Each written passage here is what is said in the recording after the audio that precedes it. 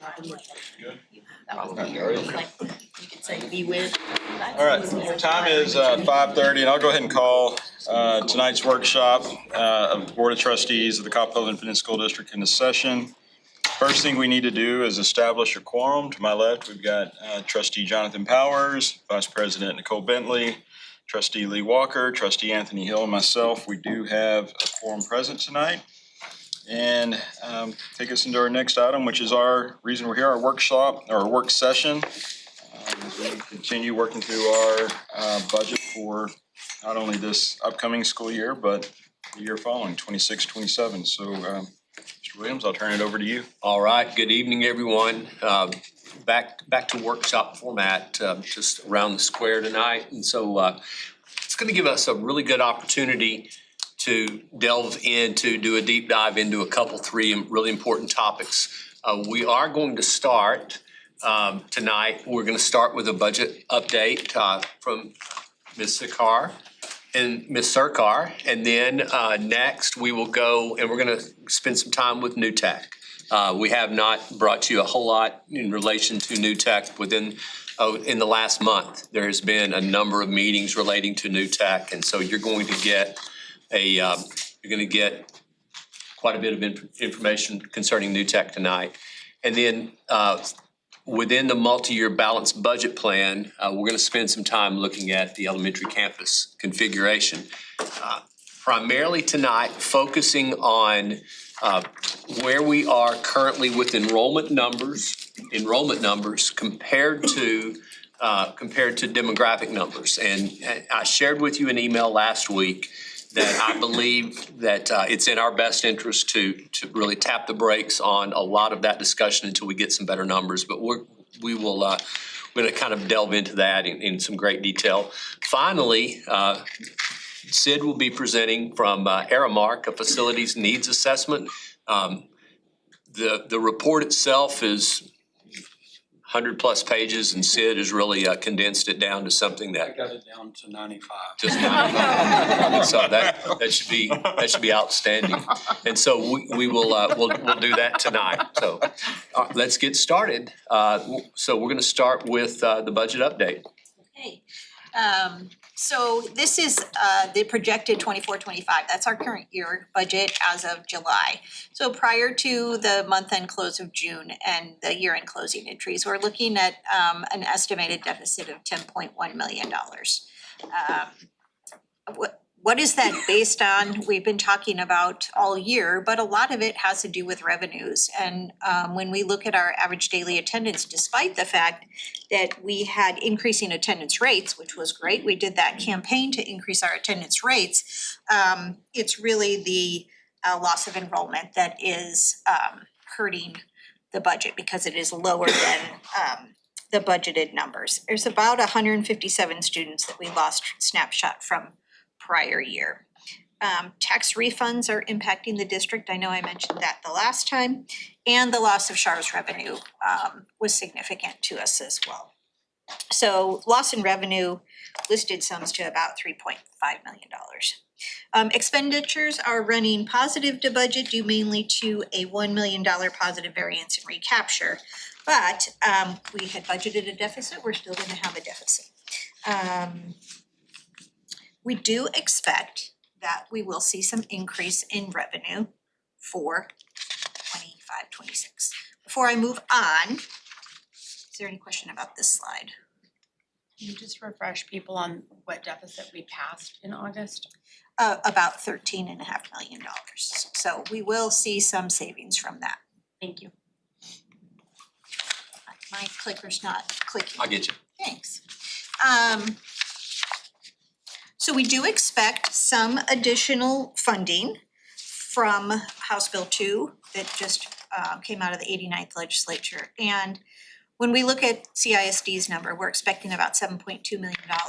However, $4.2 million of that is directed for teacher and staff raises. And then we know that we will have to implement Math Academy, so we're expecting that to cost some funds, as well as some other mandates that they've passed on, and we don't have an estimated cost of those right now, as all of that is still rolling out.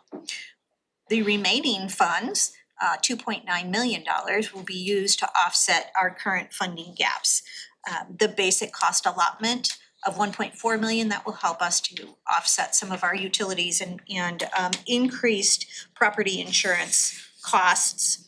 And we've got a variety of other items there that we've talked about before. But really, we're looking at about a $2.9 million increase in funding to our budget that is not directed to be spent somewhere else.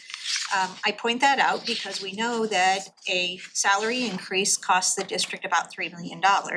So we have that salary increase covered this year, but when we look at next year, that's the number we need to be able to give teachers a cost of living raise next year. So just something to keep in mind. We're currently working on the final salary projection for the 25-26 budget and all of the changes that are driven by the legislative session. So we will have that budget to you. We will have a next draft to you for the July board meeting. And then, of course, in August, we'll come with the tax rate and the final numbers based on certified values. Would you and Ms. Eichel talk about staff reduction for this year? What we're anticipating regarding staff reduction, kind of how we got there? Yes. So included in the budget is 69 full-time employee reduction for the 25-26 school year. A great percentage of that has to do with the consolidation of Pinkerton and the DLI program. And in addition, we've had administrative positions cut, we've had some support positions cut, and then we've had some teacher positions that have been eliminated due to lack of enrollment. So I'll let you speak a little bit more to that if you'd like. I think you did a great job of covering all of those details, so I don't know if there's a specific question at this point or not moving forward. In addition to the 69 that Ms. Sarkar talked about, I believe you received an update at the end of next week, or at the end of last week, that we have currently 4 elementary positions that we're looking at whether or not we are actually gonna need those positions. They have been vacated through attrition or resignations, and so in a little bit later, we'll be looking at some of our enrollment pieces, and we can talk about that a little bit more. So I do think there is the potential to have a little bit more personnel savings as we finalize things for the new school year. You know, and as we've gone through this process for the 6 weeks that I've been here, we really view all of those decisions through the lens of how will it impact classroom instruction.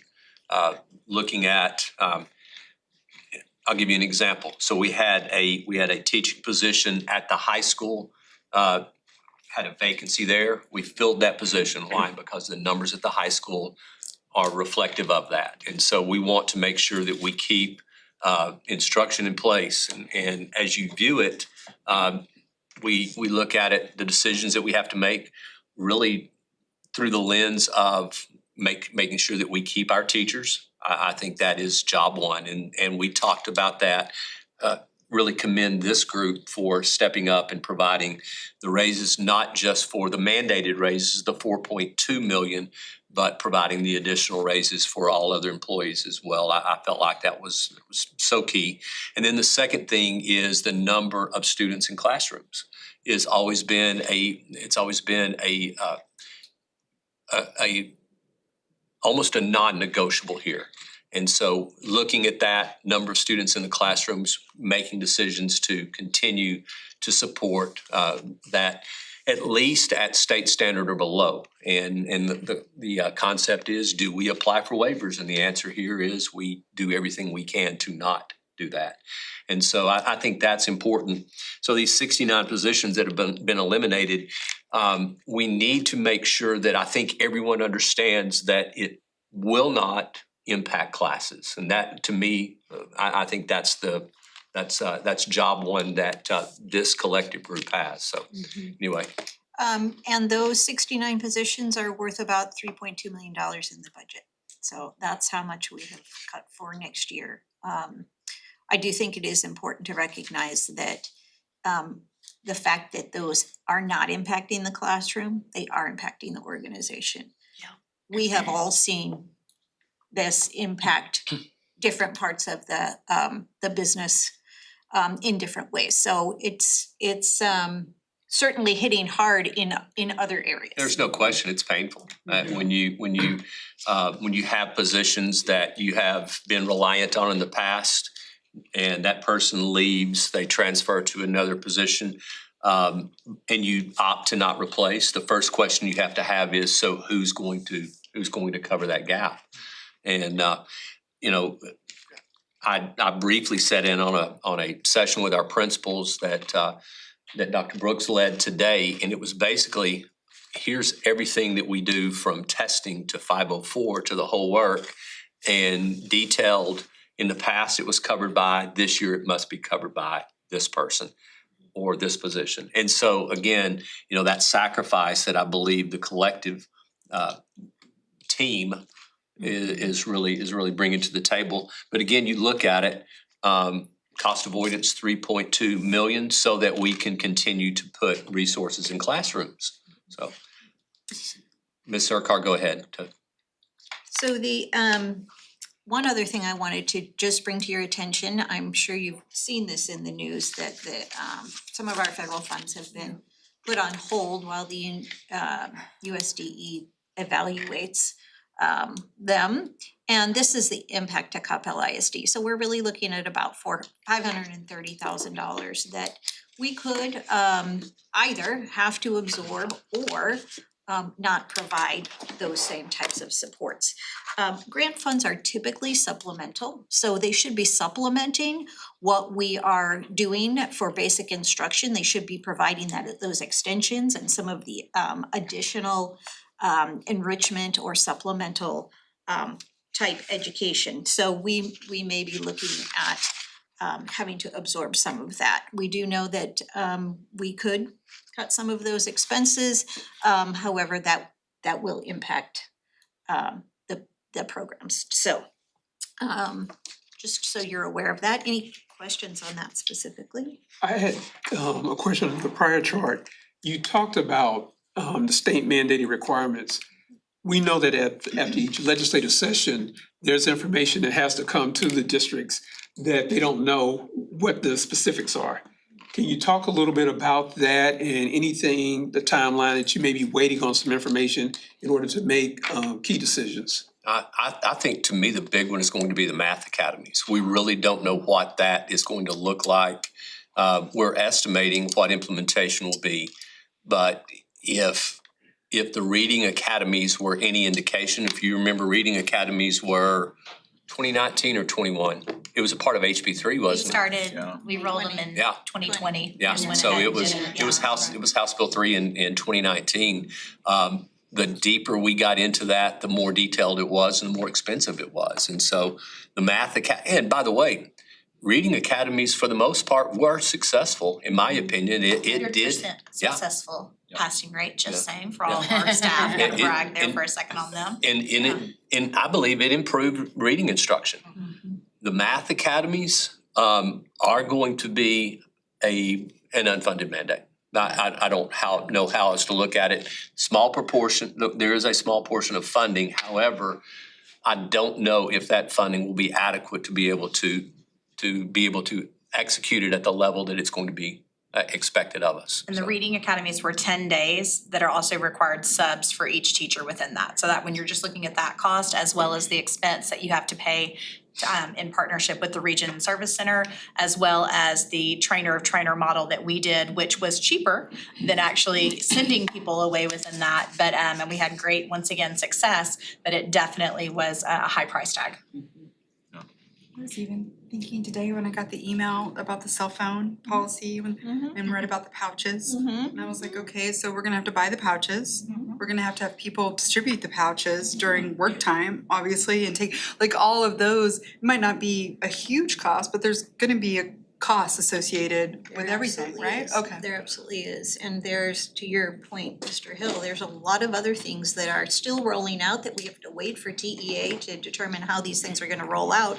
We may not know of some of the mandates on our spending until January.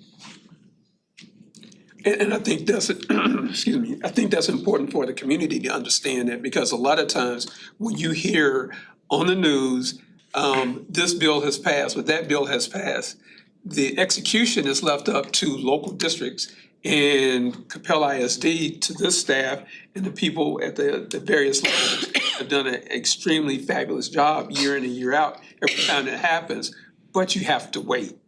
And that's the challenge. And with the staff getting thinner, to your point, Mr. Williams, I think that is really gonna be a bigger challenge in this time frame than in the past time frame. So once again, people have to understand that when these mandates come out, there's not this rollout A to Z solution that you can apply and implement and run with, because they know better than anybody what that means, but the local community doesn't understand that, so. We will not be naming a director of Math Academy's implementation. Is what you're saying. I mean, there's going to have to be someone that will execute it, but it's going to have to be an in-house person. So, just the reality of it. Thank you. All right, so let's, any questions on budget? Any questions on budget 25, 26? I do have 24, 25, 25, 26? one more question, and you've answered this before, but I think it's important. We talk about the fact that we have gone through this exercise of participating in this program for teachers, right? To have funding in 2025, 26 at the end of it. Can you talk a little bit about that approach and what does that mean for raises? Because once again, if we look at it, the potential to get money through this process will help, but it won't solve everything. You're referring to the teacher incentive allotment. Yes. So that's a special program that's designed for teachers. However, it's all pass-through money. So a teacher earns a specific designation, and that funding comes from the state to the district and right to the teacher. Those amounts differ based upon the type of school that a teacher teaches at. Perhaps the number of economically disadvantaged students at that school, whether it's a suburban school or a rural school. So those numbers vary, but they follow the teacher. It is qualified by the teacher, and that money follows the teacher. It does not come to the district. No, as we wrap up, I don't, really not a question, but I think Ms. Sircar, point you made, Mr. Williams, and you too, I think, you know, as much as we try not to impact the classroom on these, you know, reduction in staff and cuts we're making, to your point, they all affect the organization, and that trickles down eventually into the classroom, whether it's added workload or more time doing things that were spread around. So it is ultimately impacts students, you know, everything that we're having to do. Completely. All right. So we're gonna transition and talk about new tech. I want to give you an update as to where we are in the work. I've asked Mr. Porter to join us tonight, and I asked him to pull up a chair around the table. So Zane and I have spent quite a bit of time getting to know each other over the last 3 or 4 weeks as we talk about new tech and what it could look like going forward. And so he's going to share his perspective on some things that we're working on and maybe help you be able to answer some questions as we go through this. So the first thing I did want to look at is I want to look at some staffing models. Now, we know that in school finance, the way to move the needle, so to speak, when it comes to the budget is in personnel. 82%, give or take, 82% of a school district's budget is personnel related. And so anything else can move the needle some, but what moves it more than anything is personnel. And so as we look at this, we look at staffing. So the top line is what we are calling the as-is model. Now, Ms. Sircar, Ms. Eichel put together the staffing numbers. I worked on trying to get a one-pager. You know that Doug likes a one-pager.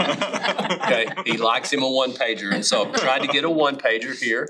Probably because the board that I worked for 16 years, They wanted a one pager. They didn't want a whole lot more than that. Love that. Other than the attorney, but. Yeah, so, yeah. Yeah, I know. I got two of them now, so. I'll second that motion. Yes. So, but I wanted to put together just a picture of what the personnel models would look like at all of the options. So let's kind of go through this. So let's look at the as-is option. The as-is is as is, okay? If we got to 26, 27, we still had 275 students in New Tech, and we kept staffing as is. Now, what that is reflective of, currently, we have four core teachers. We have four teachers for each core subject. Math, English, science. We have three social studies teachers. That's 4 this year, we'll have 3 next year. Have 3 next year. And so that's the as is, okay? Just gives you an idea. That plus the expenses of a shuttle, expenses of operating a building, things of that nature, does create a deficit, okay? So the difference between $3,330,000 in expenditures and 2.6 million in revenue is right at $730,000 in deficit. Now, school's not P&L, okay? So you can't talk profit and loss, but what we're looking at is funds that we put in that we don't get in revenue. Now, the next model is what if we adjusted staffing? Okay, now the number that we have is 250. That number is actually a little closer to enrollment totals. Current enrollment's around 248. Zane, you expect? I expect 15 to 20 more. Yeah. If we get the projection from our applications. Yeah, so maybe 260 to 270 probably. But right now, if we had 250 enrolled and then we staffed at the level that 250 in a high school calls for, okay? Instead of having 4 teachers of English, we would have 2. All right, workload, we would have about 1 teacher would take care of 125 English students. At CHS, that number is probably closer to 1 for about 140 maybe. I would think if they teach 6 sections, then that 1 teacher probably is teaching maybe 140, maybe upwards of 150. So that's kind of where those numbers are. So we would staff at that level. All other costs would remain the same. We would still have the same shuttle costs. We would have the same utilities, everything of that nature. The cost avoidance, the financial benefit to CISD, that's that number on the far right, that would be $524,000. Okay, so what would that mean? We've reduced staff, so we're reducing payroll cost. That would save us some funds. I will tell you that if our recommendation to be made in a couple weeks, August 11th, is to stay, I would recommend that we lower the staffing numbers. I don't know if you can maintain the same staff that you have in place currently. It could affect offerings, and that's something, it will affect offerings. It will. So to go from the as-is to the adjusted staffing model, you're reducing by about 2 CTE teachers and you're reducing by about 8 core teachers and 1 Spanish teacher. So that would reduce your offerings probably 30%. So that would mean that, just for example, that would mean that we would only be able to offer AP Human Geography and not Honors Human Geography. That would mean that we would offer AP Language and we would not offer English 3. So kids would have less choices and they would have to be more tracked. That's a bad word in education, but they would have to be moved together in cohorts in order for that model to work. And you'd have teachers who may have multiple preps of different things within there, as well as you'd have to look at the certifications attached, just because at the secondary level, sometimes those certifications can vary based on that, so. Right, so each course subject will have anywhere between 7 and 9 to 10 preps for 2 teachers. And looking at CHS, there are very few that have more than 2 preps. Because of the volume of students. Because there are more courses available per subject area. So that would be the adjusted staff. You could save around $500,000. Okay, the cost neutral. So cost neutral is what we wanted to look at here was what number of students would we have to be able to generate at New Tech to be able to put it in a cost neutral, meaning we're not losing anything, nor are we making money. Okay, so the cost neutral model, the most important number there is not the financial impact. The financial impact is the financial impact of the district, we would gain about $735,000. However, the number that I really want you to look at is 397, okay? That's the number enrolled. So when we plug it into the model, we would have to gain 122 students to get to cost neutral. We would fund those, we would staff that at the appropriate level for 397. So that means your staffing cost would go up. Actually, the staffing cost probably would be about what it was, if that makes sense. But we would staff it according to what would a traditional number would be. Okay, so we wanted to know what that number is because one of the options is to consider expanding open enrollment. If we expand open enrollment, how many students would we have to bring in for it to be cost neutral? And so right now, the number that we've come up with is 122, okay? The last one is the within CHS. Okay, within CHS, we're gonna go back to 275. So that would be how many students we would have projected when we open in 26-27. The estimated revenue would be identical to the as is, okay? So no change there. However, your expenditure would go down significantly, primarily because you would, not only would you have reduced staffing, because we would still staff at the same level, but we would be able to add in, because we are reducing things like shuttles, we are reducing some overhead, some utilities, things like that. We would be able to add some additional CTE offerings. We would look at electives, and there are some other things that Zane and I are going to talk about as we get a little deeper in the presentation. So we believe that we could have more staff at CHS because we would be able to eliminate some of the overhead costs. The shuttle itself costs us about $300,000. And so that $300,000 would allow us to have a little bit more flexibility in the way we staff, so, okay? Yeah, I think you have to look at it, the benefit you lose something of the culture by taking it out of its own building, but you gain something in flexibility.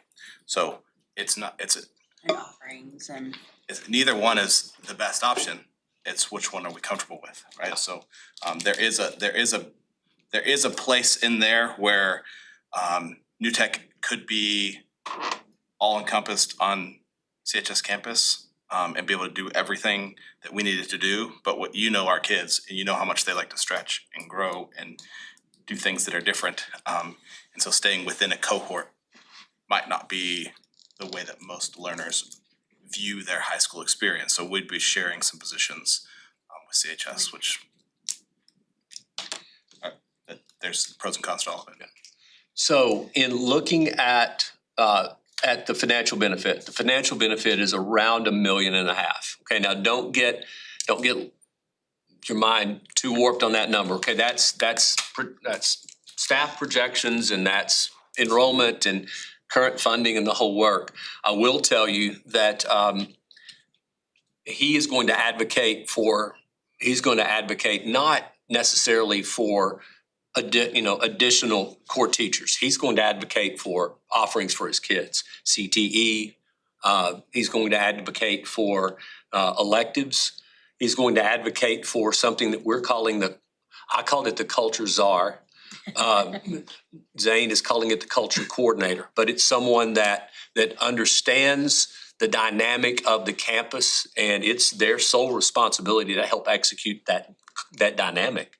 And so that's something that I came up with. He called it something else, but it's kind of ironically, we landed on that. But We'll arm wrestle for the name. I think he'll win. I'm just guessing. Can I ask a question on this one? Please do. The cost neutral version, to recruit 122 additional We're getting there. Oh, okay. Yep. Oh, yeah, we are going to, we have a slide for that. All right, perfect. Love it. Okay, so let's talk a little bit about how we got here tonight. We have had 3 meetings. We have 28 members, parents, staff, students, and no offense to anyone else that's attending, but I enjoy the students more than anyone. They ask the best questions and we're getting great feedback from them. We do have members of the CERC and we also have community members involved in this. Attendance has been unbelievable. If we got 28 members, I think the lowest we had was 22. And so they are attending. We had a session on the 17th. The 17th was it was an info session. We wanted as much information as possible. On the 24th, we identified 5 options. One of the options was to close New Tech. One of the options was an as-is, meaning as is, keep it as is, don't touch it at all.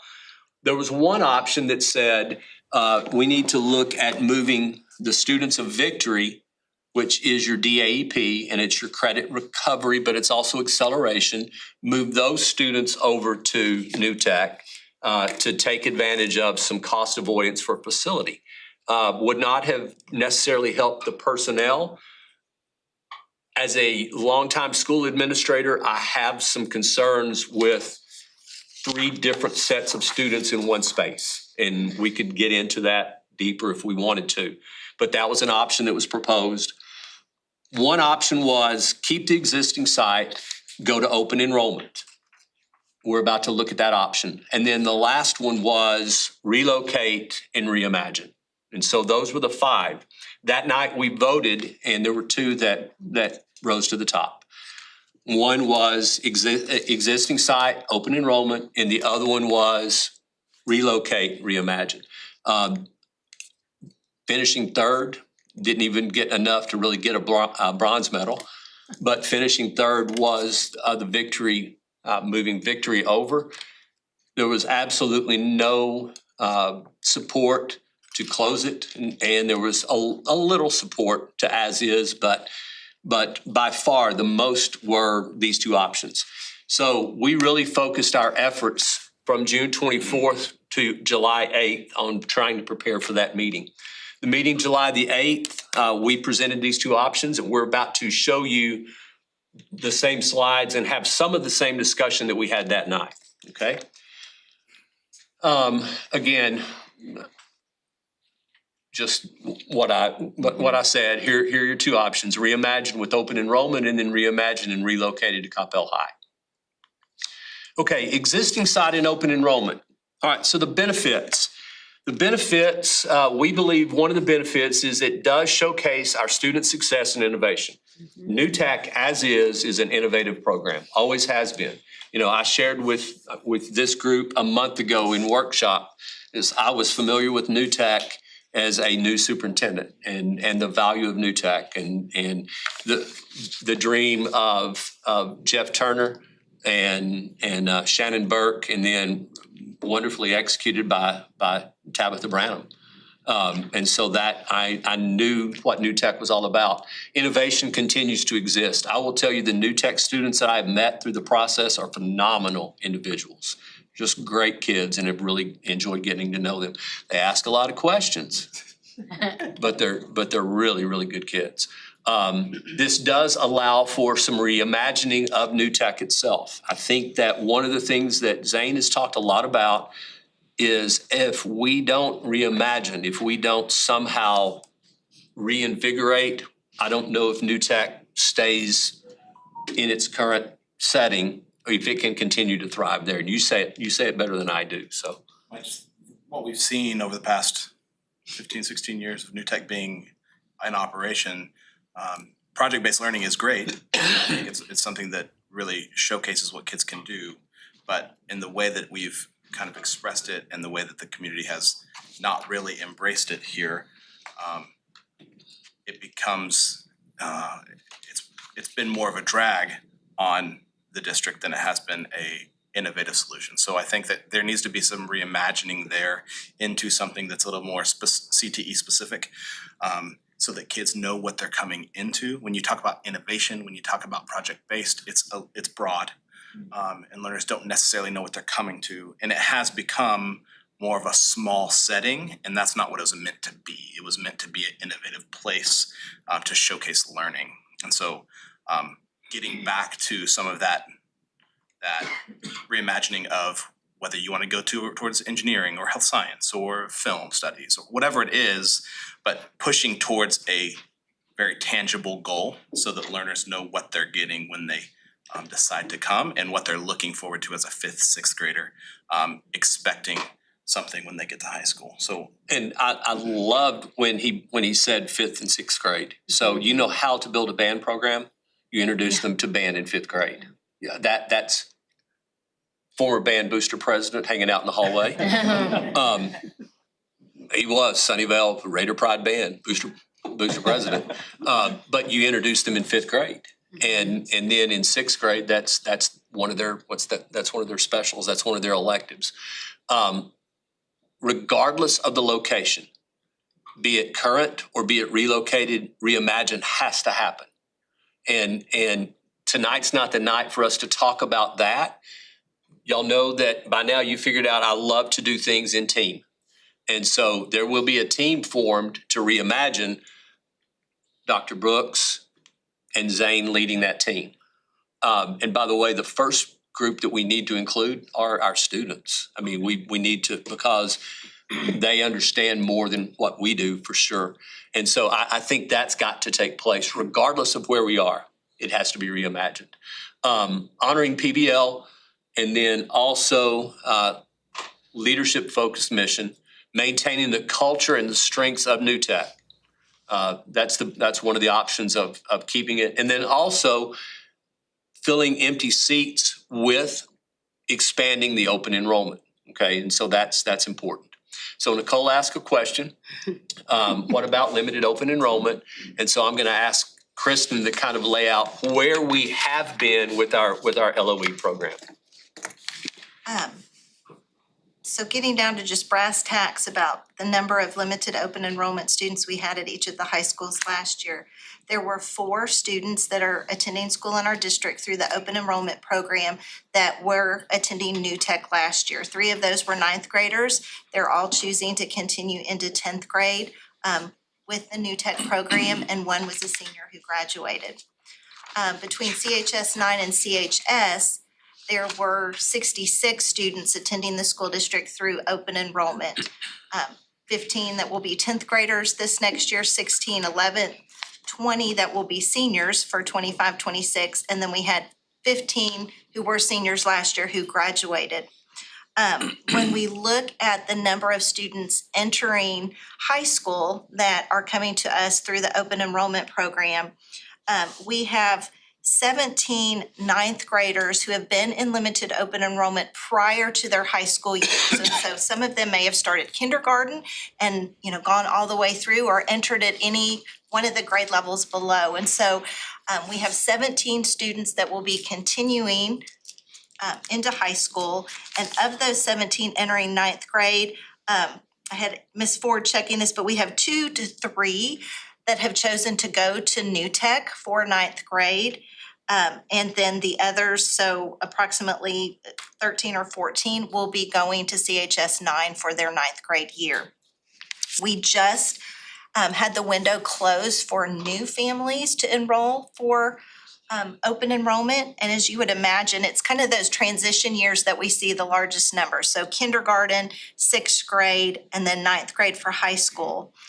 We currently have 5 9th grade students who are requesting to come to our district next year, 1 10th and 1 11th grader. So we have 7 high school students that would be entering our school district for next year through the open enrollment program. And so I think it's important to know, when families apply for open enrollment, they do not indicate what campus they want to go to. We look at where seats are available. But for next year, even if we placed all of the high school incoming students, it would be a total of 7 at this point. All right. So the next thing that we look at is I want to introduce you to a concept called yield. Okay, now this is quite a few bullet points, but I'm going to try to walk you through this. So limited open enrollment yield, we're going to look at some historical data. The first number to look at is around 50% of our LOE students are secondary, are 612. Around half of those are high school. So about 25% of the students that enter through LOE are high school students. So the other thing that we look at is something called the yield itself. All right, we have an approved area. The approved areas are? We have several neighborhoods to the north of us that are zoned to Louisville School District. We have the entire city of Coppell, so there are portions of our city that are not zoned to our school district, and those areas are able to come through limited open enrollment. Some of those would traditionally go either to Louisville or Carrollton Farmers Branch. And before the beginning of last year, the Hackberry Creek area in the southern part of our district in Irving, last year was the first year that we opened it up to that community as well. So the current limited open enrollment around 6,500 households. All right. Based on that and the number of students that we are getting, we have about a 4% yield. So of 6,500 households, about 4% of those are sending their students to Coppell. Yield rate, one of the things that we are finding is yield rate does decrease the further you go out from the district, okay? Were we to, and by the way, I want to say this in advance, if the recommendation is to expand our open enrollment policy, it would have to be accompanied with a recommendation to change board policy. Current board policy is reflective that we will have open enrollment, but only in these areas. Should we metaphorically throw open the gate for open enrollment, then at that point, we would have to change board policy, if that makes sense. Okay, so what we are finding, and I'll use Frisco as the example, what we are finding is Frisco is receiving some students from there, throw open the gate. Now, I think at one point we had heard around 500 students. The majority of those students are from neighboring districts. And so they are not getting students from 3 districts away that are driving through 2 other districts to get to Frisco. I would think that it would be relatively similar here. So looking at that and given these assumptions now, currently, keep in mind, 4 out of 70 high school students are transferring to New Tech of those 6,500 households. So the yield for New Tech currently is 0.0006%. Okay, it's less than 1/10 for those 6,500 households, just the number of transfers that we are creating there. All right, one more math and then I'm out of math, okay? 122 transfers to New Tech. With the current assumptions, we would have to reach out to around 200,000 households to be able to generate, remember the 122 number. So to generate the numbers to be able to get to that cost neutral would be around 200,000 households. Now, here's the one counter to that. I believe that if we had a specialized program, the yield would increase. Now, to what number, I don't know. Would it instead of it be a 4% yield, would it be an 8? You know, would the numbers of specifics to New Tech increase? Would we be able to generate that? But I think that's a fair assumption. However, I don't know, instead of it being 200,000 households, might it be 100,000 households that we have to reach out to be able to generate those numbers? I will tell you that there is marketing expense in that reach out. I think the market expense would also need to be calculated in.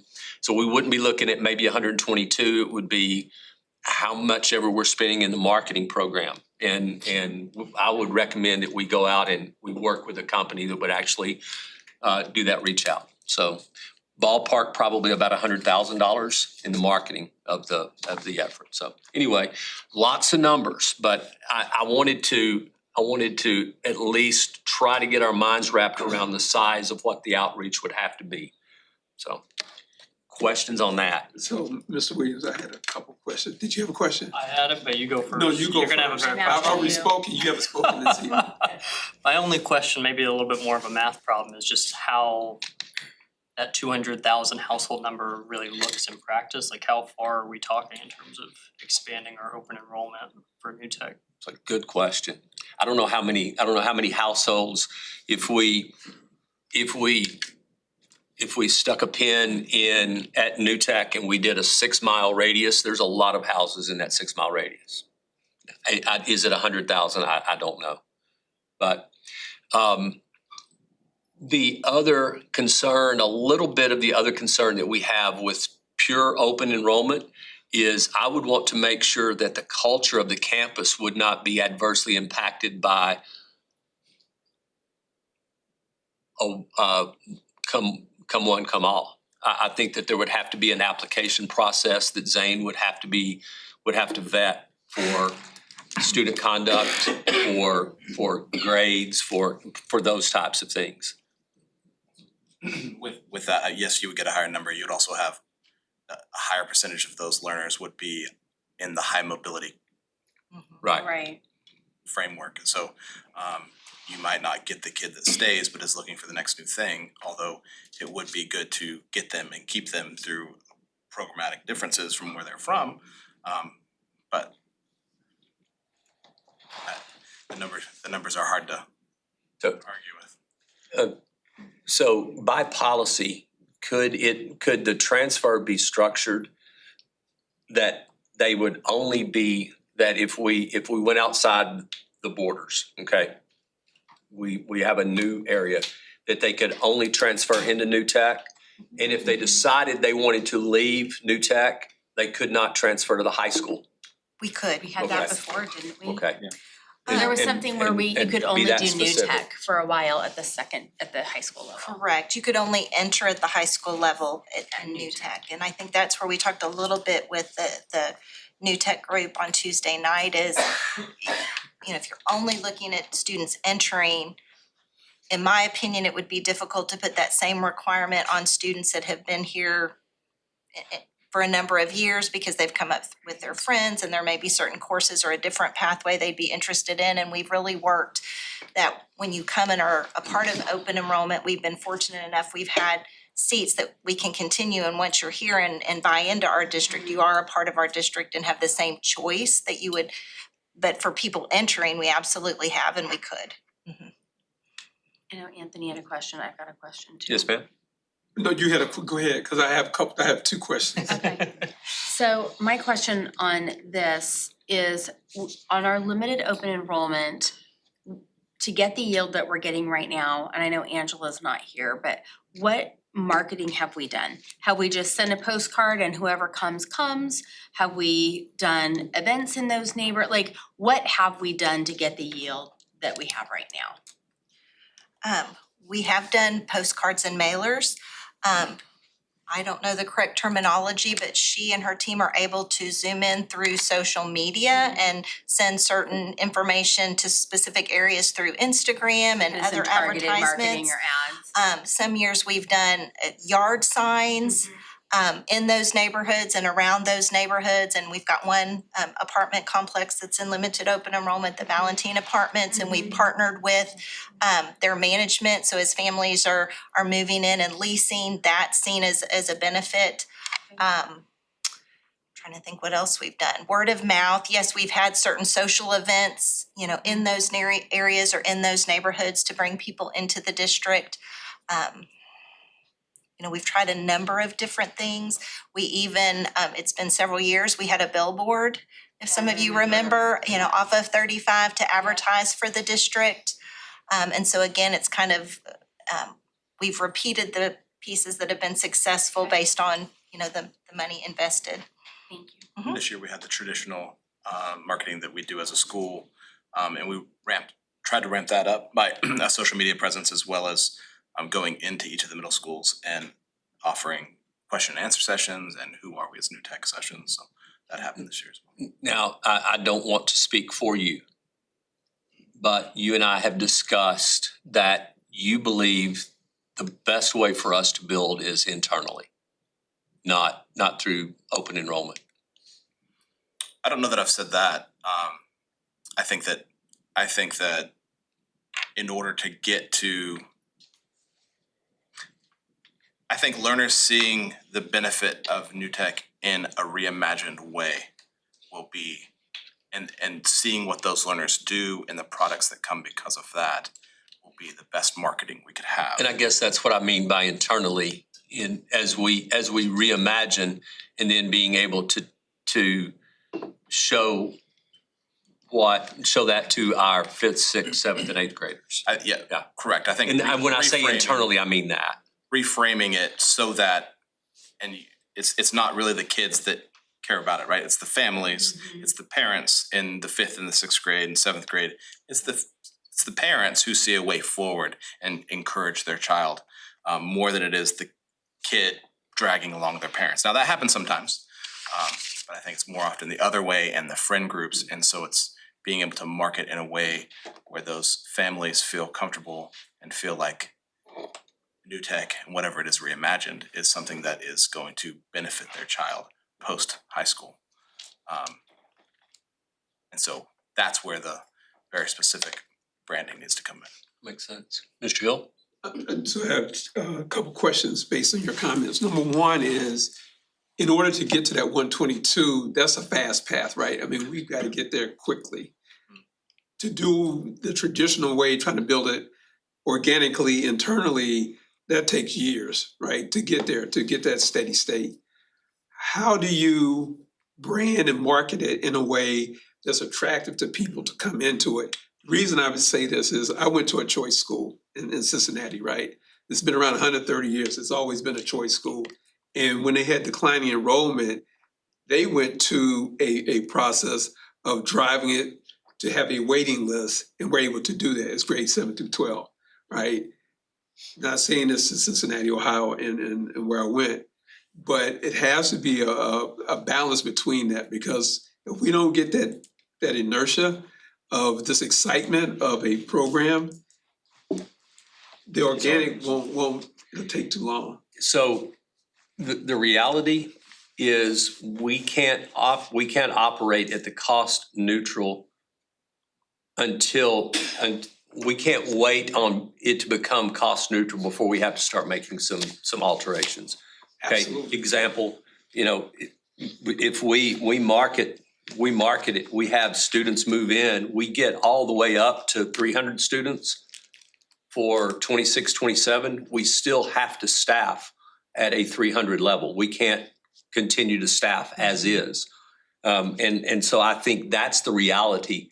And part of what we're saying is, one of the problems is once we begin to cut staff, offerings are going to suffer, if that makes sense. But I don't know if you can financially continue to operate in the red, so to speak, while you're waiting to get to 397. Absolutely, Yeah. right. And that's where I'm coming from. Is like, how do you rebrand it, refocus, reimage it to drive the inertia to build that capacity so that you can sustain it? Is in that regards, right? I'm trying to understand that component of it, right? Because right now I don't understand that piece. Although I mean, I'm a huge fan of what it offers, what it does, and seeing the graduates year in and year out. It's just, how do we get there collectively? Because I like your analogy here to generate the 122 transfers in. I like that thought process and that concept. Staying in the current building, you're gonna have to have something that's even more innovative and flashy than if you were to be in the CHS building, where you're going to get 8th grade learners who want to be at CHS and bypass CHS 9, and that will be some of your growth in numbers. But we would have to reimagine at a higher fanciness if we stayed in our current building. More bells and whistles. More bells and whistles, which I think is maybe what we want and maybe something that the district needs and wants to innovate with. But it is two different schools. If it stays in its current location or if it becomes, if it has a location within CHS, it will morph into two different paths. It has to. And you ask a marketing question. I am possibly the worst person in this room to ask a marketing question to. I'm a pretty good political science and maybe even good economics and understand math, but man, marketing is not my strength. And that's Angela Brown now. Well, let me add on to this then with the question. Is there another new tech in the network, maybe in Texas or outside of it, that is doing what you talked about? Or is it a derivative of this model and thought process that's doing what you are thinking about and bringing to us tonight? I'm just throwing it out there, trying to understand, is there something out there that we could grab onto that shows traction that we could apply in this particular case? And not just. I don't know of another school in Texas, and I've asked, and I haven't gotten any headway on another school in Texas that's a new tech within the campus of a larger school.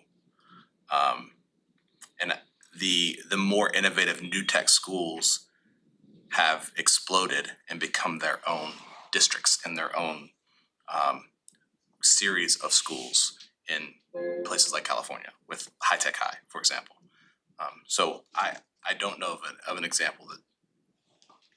But you said outside of Texas, you've seen some examples, right? Right, that have broken away from their own districts and become their own schools and organizations.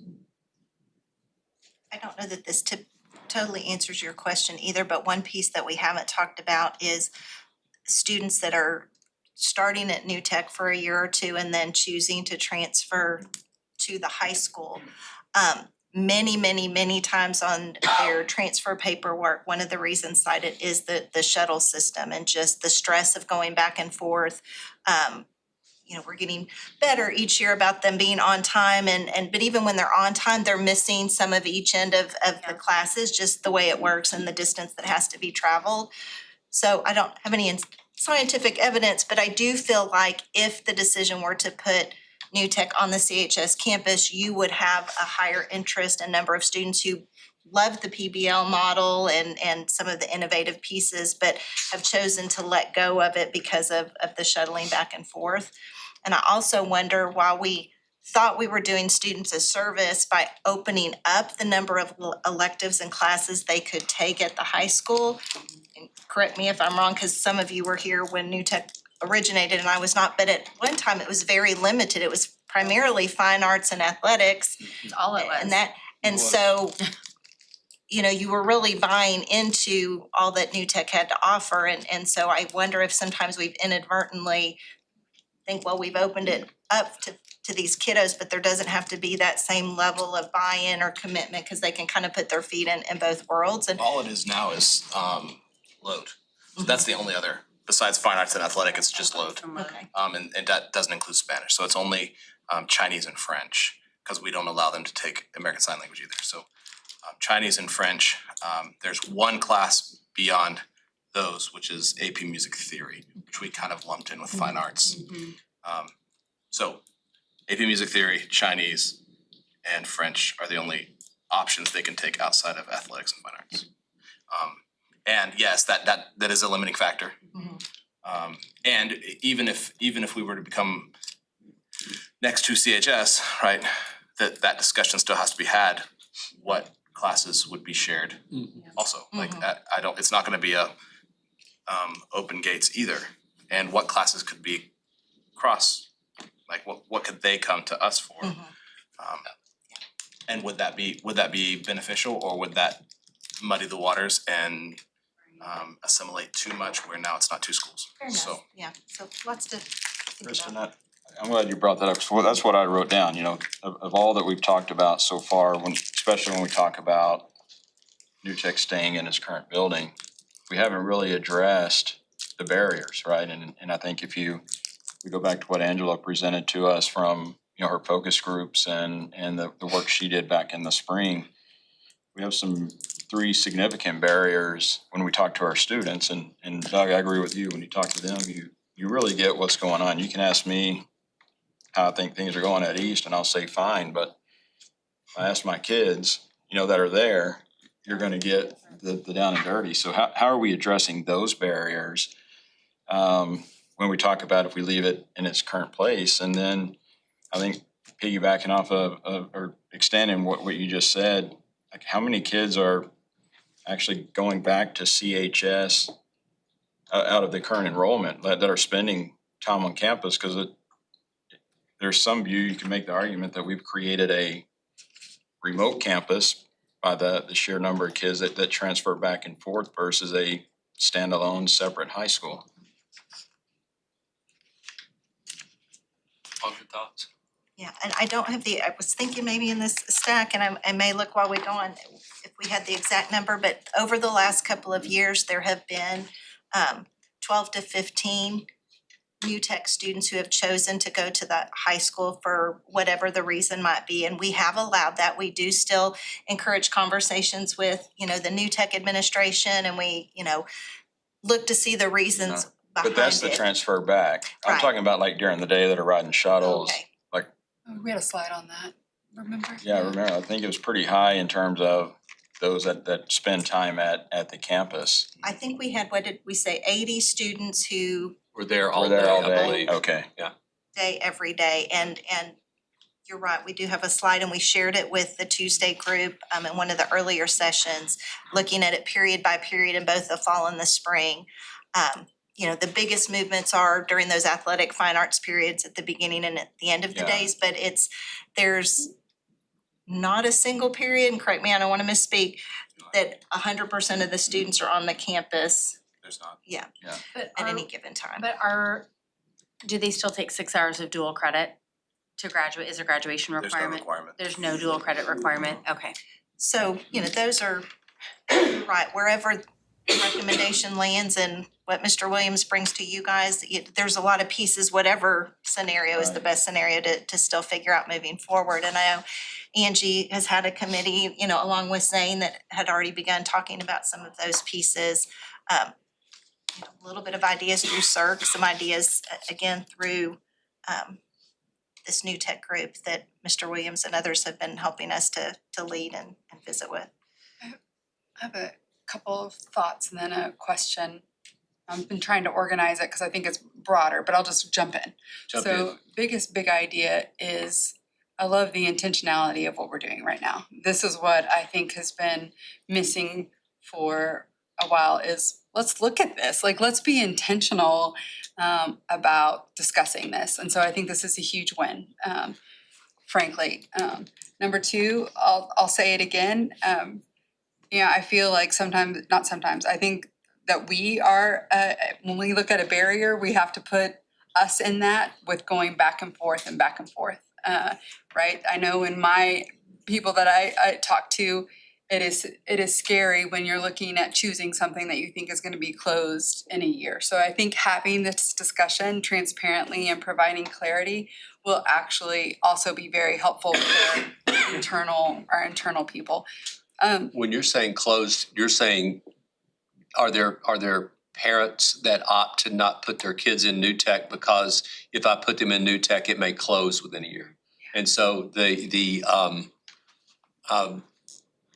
uncertainty is also hurting the effort.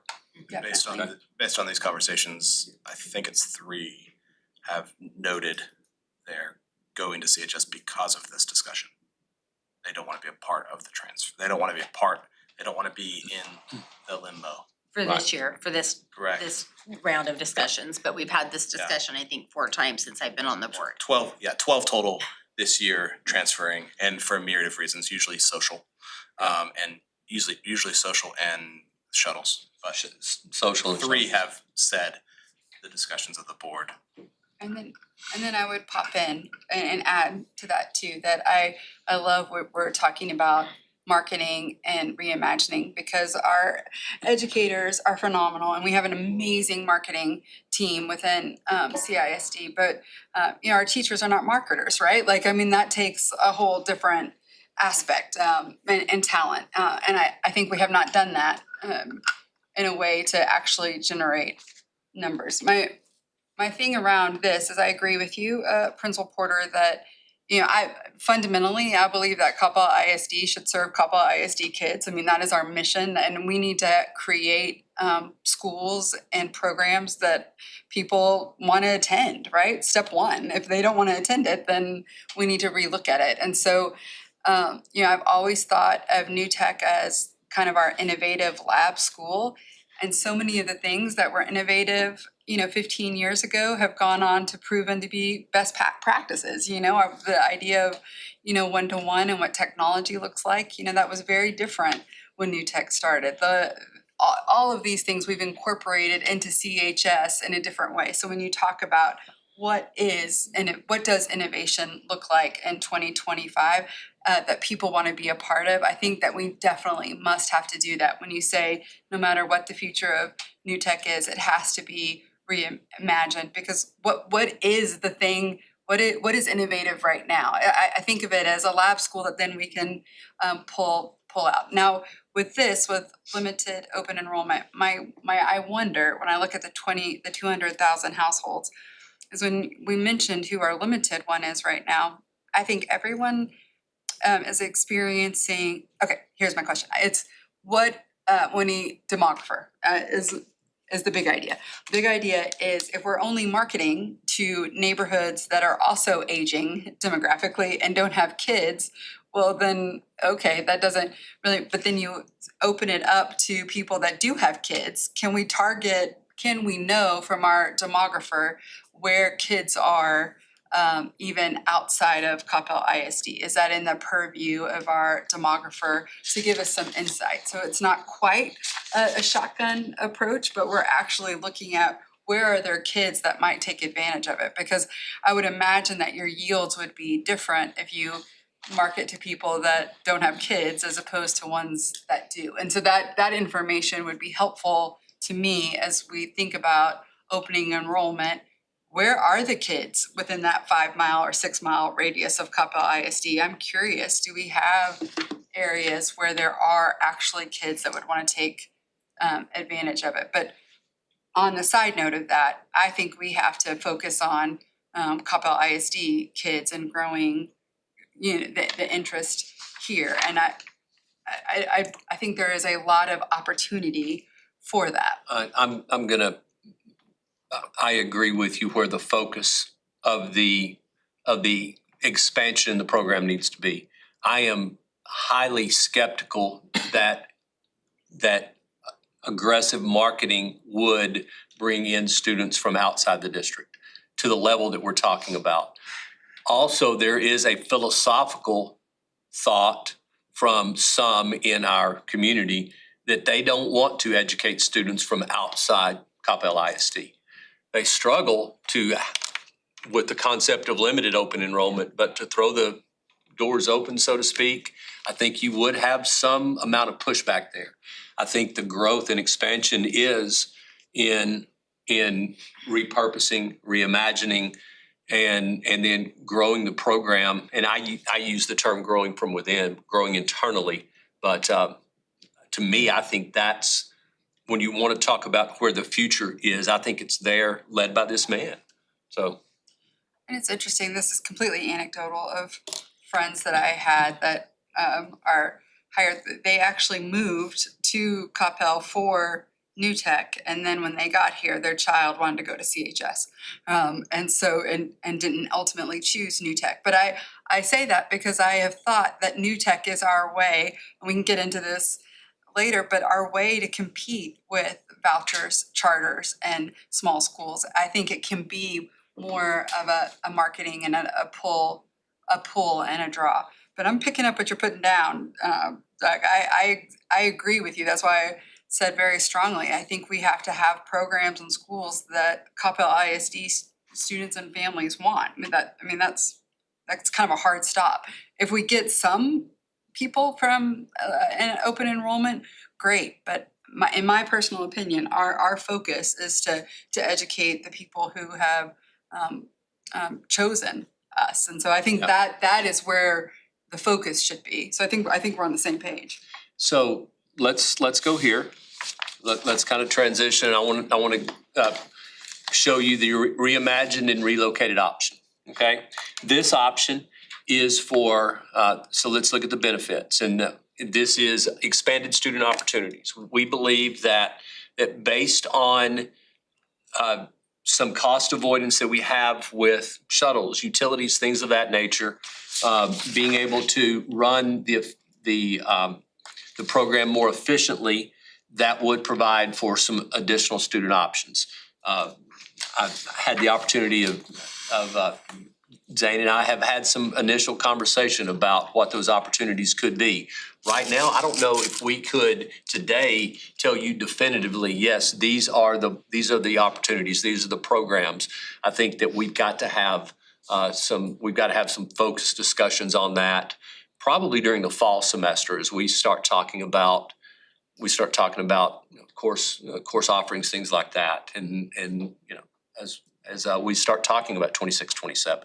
But I do think there could be opportunities. Our course guide will have to come up very quickly, so that all happens really 1st of November. We have to have that Exactly. understanding. Yep, exactly. It's very fast. It does have the potential for increased attendance and increased class time. Now, the increased class time is simply because students would not be spending a portion of the day on a shuttle. More effective operations, and that's transportation and staffing. We would be able to have some cost avoidance because of that. Consolidated cost does lead to financial benefits. Finally, it would allow some students to take advantage of the PBL model. I will tell you that had conversations with Ms. Springer, and would we have the possibility that if there was an offering at New Tech that CHS did not have, would students be allowed to maybe take a second period class that focuses on PBL in New Tech? And so just something to keep in mind as we kind of work through this. Features of the program. It would be a redesigned D Hall of CHS. Now, we discussed in the meeting whether it's D Hall or A Hall. It's the redesigned southwest corner of CHS. We would have a dedicated New Tech student entrance. There would be collaboration areas, flexible learning spaces, and then what we strive to do is we strive to have a separate feel from the main area of CHS. Here's the map. Okay, and Sid and I are gonna wanna get up and go point at the map. Sid and I like maps, we like pointing at maps. But the area in the yellow is the area that we are referencing. So this would be the corner of CHS. Reference point, you see Raider Drive that runs along.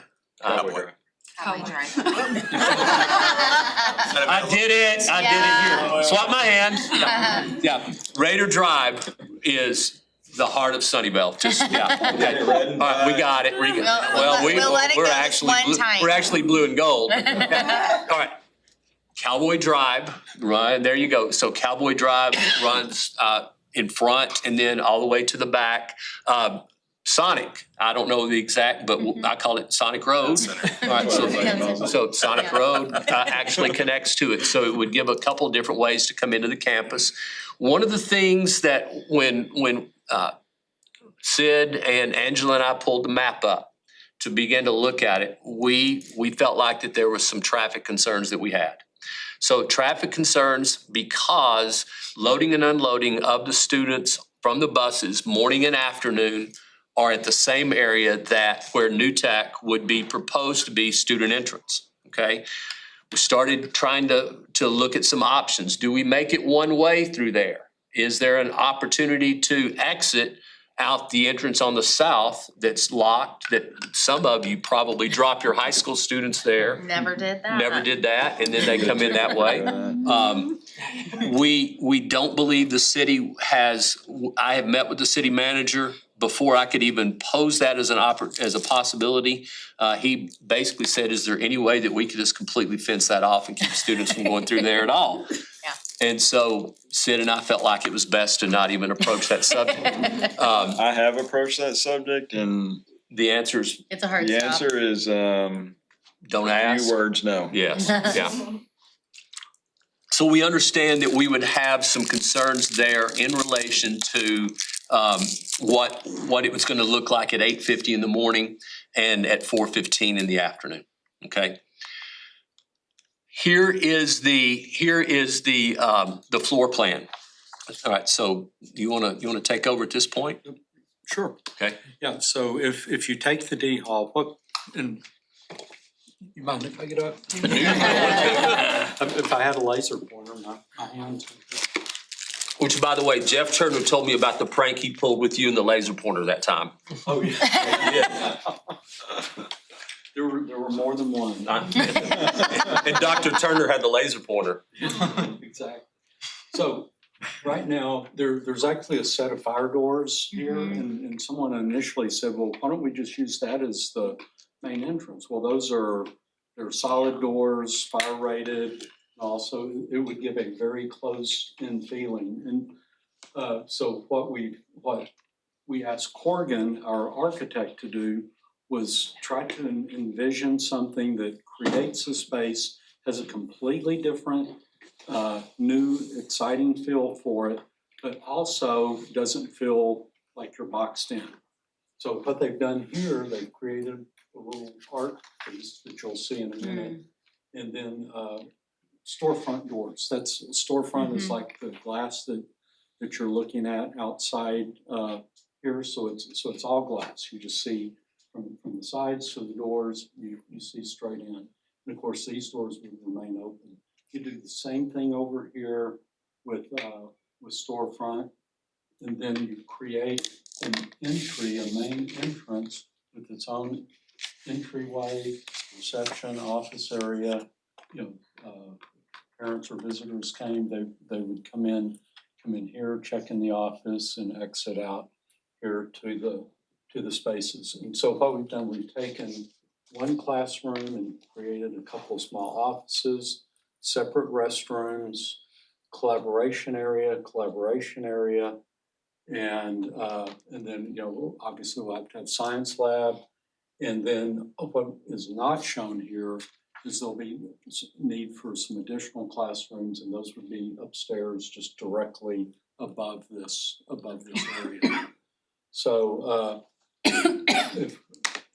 if you want to go to the next. So, yeah, Sid, let me share with the group. So I walked the facility with Ms. Springer, and she is completely aware of what we are discussing.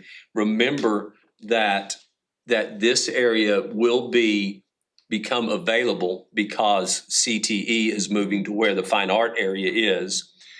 Fine art is moving to their new fine art facility. And so this area would be available for usage. Ms. Springer has said, yes, these classes would be available to be used. And then also one of the questions that has to be answered, how can we get this done?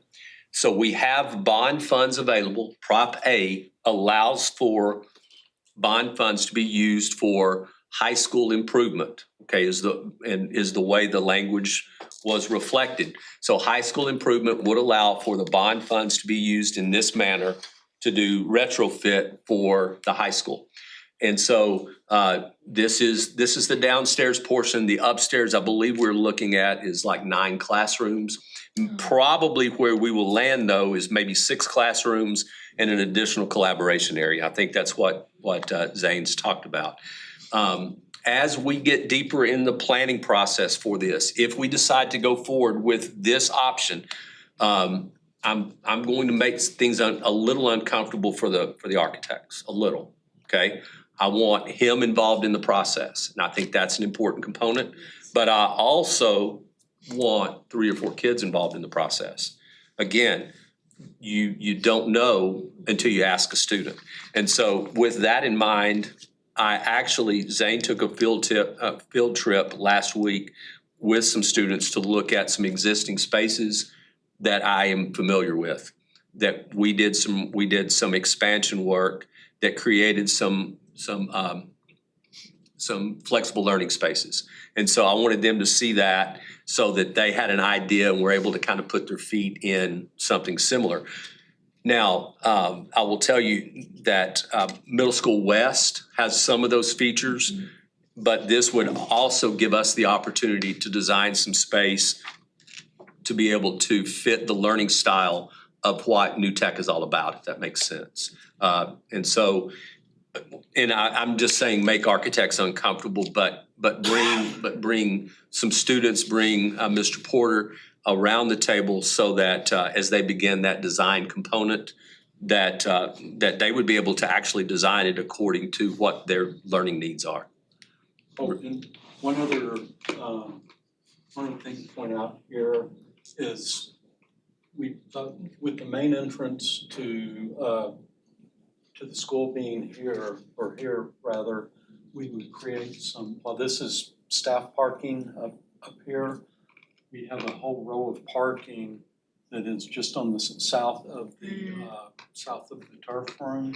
And so we could create some visitor parking here in a crossway for visitors or whomever else during the day to come in. Now, I will say that New Tech students that drive would still park in the CHS parking on the north side of the building, okay?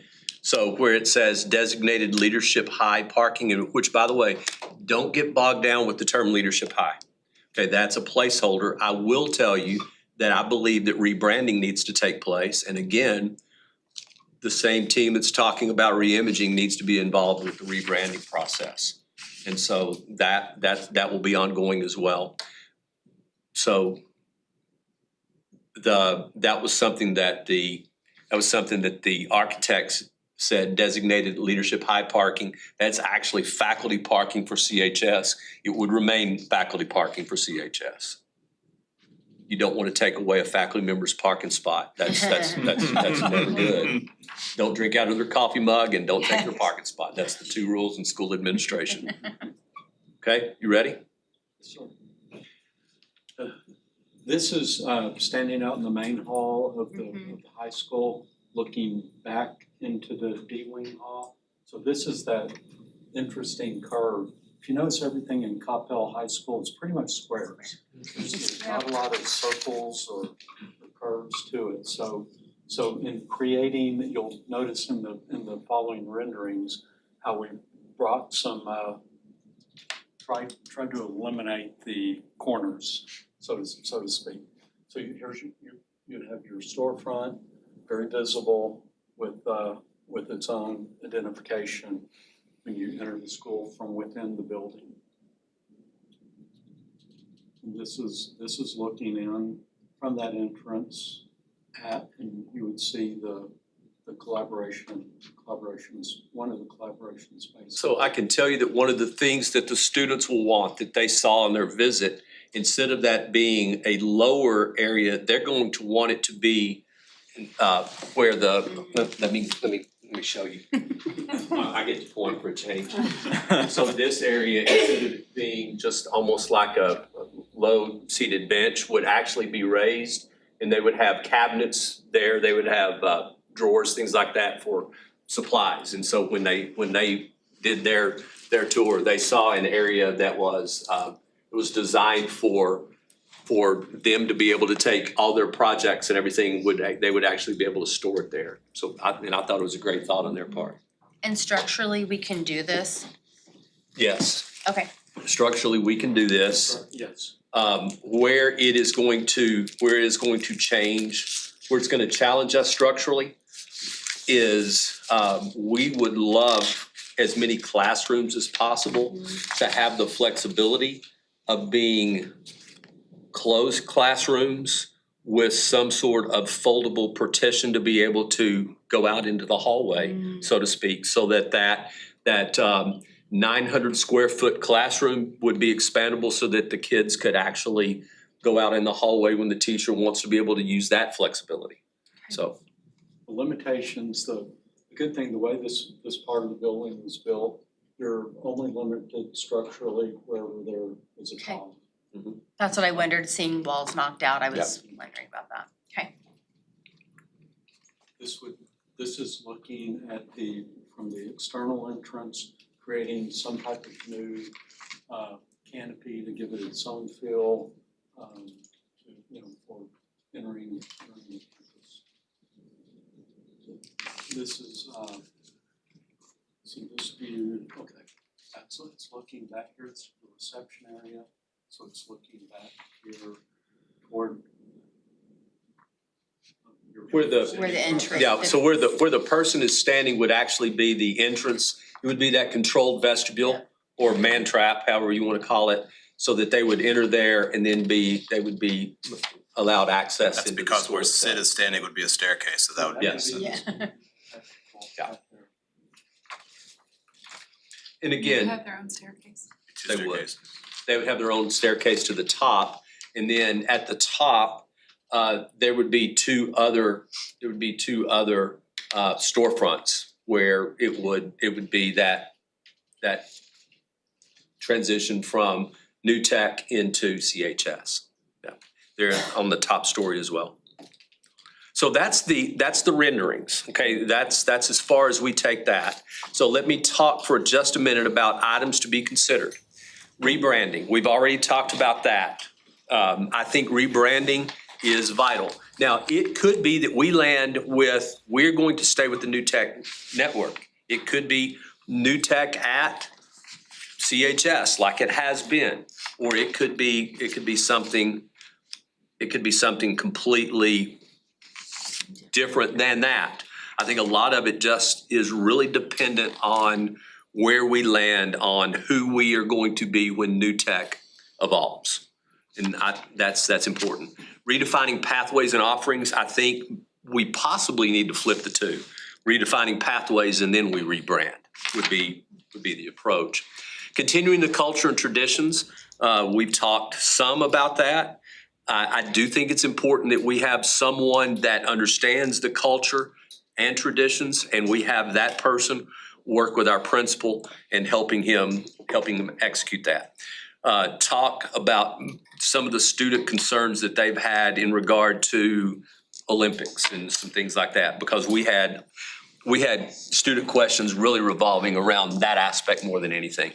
Their biggest concerns are that we are a event-heavy campus. We are, and that's by design. Our campus is built so that the learners take initiative of the learning. The learners are the ones that are the forefront of everything we're doing. So when the class starts, we throw a project at them or a problem at them and they come up with a solution. And a lot of times they come up with an event to showcase their learning, to showcase the things they've created, to get the community involved. So their concern is when we do things like the Art and Heart Fair, or when we do things like our Spring Olympics, or when we do things that are whole school and we use the entire school to do it, our Spring Fling, where would that be? And it's hard to give them an exact answer for that. We would have fairly close, if you walk the turf room, all the way down that parking lot, there is the track and field area, green space. That would be somewhere we could do some of our outdoor activities that wouldn't be too far. The dance classes and the classes that usually utilize the small gym would be now in the fine arts facility, and so that would open up the small gym for some space. We talk about flexible furniture all the time, but as you've heard in this discussion with Mr. Williams, that the flexible walls or flexible spaces might help to create more of a bazaar feel when you walk into the school. So their concern also is New Tech likes to get likes to be a little loud and Like to be loud. Throw off the barriers a little bit and do things that are a traditional high school student might turn their nose at, not realizing the culture that's building and the family that they're creating through those processes. So their concern was, are we gonna be in our own area so that we don't have the rubbernecking in the eyes that would change our culture and the way we interact with one another in a smaller, more intimate setting. And I think with the storefronts, you could see that there would be a measure of that. It wouldn't be the same, obviously, and we wouldn't have the bigger spaces, but we've looked at, especially that upstairs D hall area. The footprint is it's 2 hallways and 9 classrooms. 3 of those would become science labs because we're having to pull gas and water from science labs in the E hall. And then, so 3 of those as science labs, 3 of those staying as regular classrooms. And then adding a classroom, and the rest of that space becoming a big space for events, for whole school gatherings, someplace that could hold 400 kids and 25 adults. We've even talked about the possibility of using that as their optional lunch area. So they would have the opportunity to go have lunch at CHS, or they could get their lunch and bring it back to that. If you've ever been to CHS, it's that west hallway down around. I think lecture hall. I called it the Zane Zone, and you didn't like that. But they would be able to go get their lunch, and if they wanted to socialize and eat outside or with CHS in those areas, they could, or they could come back and eat within the New Tech area. Yeah, and if the process that I have undergone, the 3-night session, especially listening to the students, understanding the culture aspect, but having to, going forward, if we take this option, we have to be intentional in addressing those things. Space, we have to be intentional in having someone that can be his culture person to be able to coordinate programs, coordinate Flex Fridays, those types of things that are inherent with New Tech. We can't just say, well, it'll happen. No, you have to be intentional in that. And as we're thinking about staffing, a benefit to having the full staffing and not the amount of kids is that we had some open classes where I was able to have a facility to take that role on. And that I had to do that this year because we lost the learning coach that was dedicated to our school. Whereas the year before we had Daryl Lee, who was that person. And he was the learning coach that did all things. So I think with the limited staffing, there's gonna have to be a person that is able to fill those shoes, or else, because all the other core teachers and just any teacher there will not be space in their schedule to be able to do something like that. So there will have to be somebody to carry that torch beyond administration. So one item, parking and traffic flow. So again, we go back to here. We go back to that model. Understanding that at 8:45, buses come in, they drop off students. At the same time that we would be trying to get parents to that area to drop off students, it was a huge issue, and it didn't take long for us to identify that. And that was myself, Sid, and Angela. We were looking at this map. So scheduling is important. This is the current bell schedule for CHS in black. Now, again, don't take a picture and say this is the new bell schedule for, okay? This is a concept that we are working on. So the concept in red, and I went to ELT first, and then I went to Zane and I said, what if we modified the block?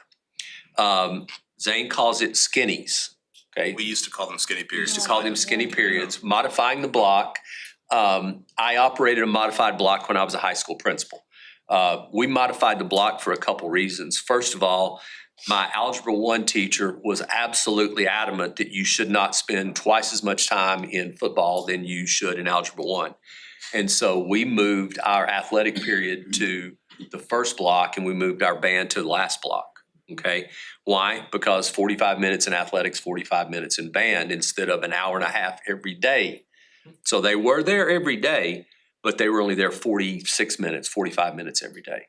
But we also put some kids in Algebra 1 that we felt like needed math every day. And so that 0 hour that we would talk about, New Tech would actually start at 8 o'clock. okay? 0 hour would be at 8 o'clock. They would have their first, second, and third periods would parallel CHS. So if they did need to do some classes at CHS or CHS students come into New Tech, they would have the flexibility to do that. Zane modeled out an A lunch. Now, A lunch, not all of the New Tech kids would have A lunch.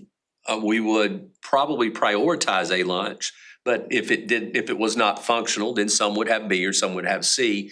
But they would also have embedded their study hall period at the end, that 30-minute that they have traditionally had.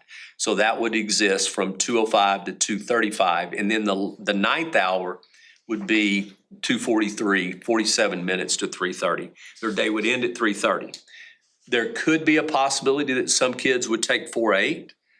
Example, if you had a varsity girls basketball player, okay, that was actually, yeah, so that was brought up this morning. Kit was sitting there. I said, so Kit, if we have a varsity girls basketball player, she would not come in until 8:50. She would not have a 0 hour, but she would have a fourth period. That would be that girls' athletic period.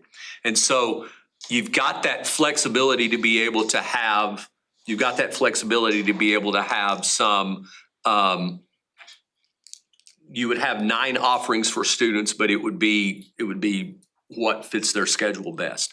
One of the students the other night said, how do you handle early release, or what they call it? Release period.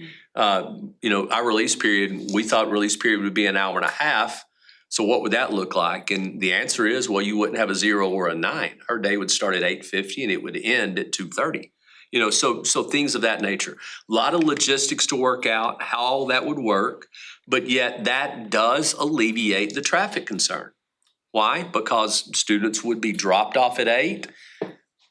Even the students that drive, they would park on the north side, they would walk through CHS at 8 o'clock. And for that release, the way we explained it during the meeting is that if you had a 0 hour release, you're getting that every day. Whereas if you had a first period release, you're only getting that every other day. So that is the same time. Yeah. So this type of schedule would accommodate band, choir, boys varsity, girls varsity, with how the first, ninth, and then I guess band and choir would have to be.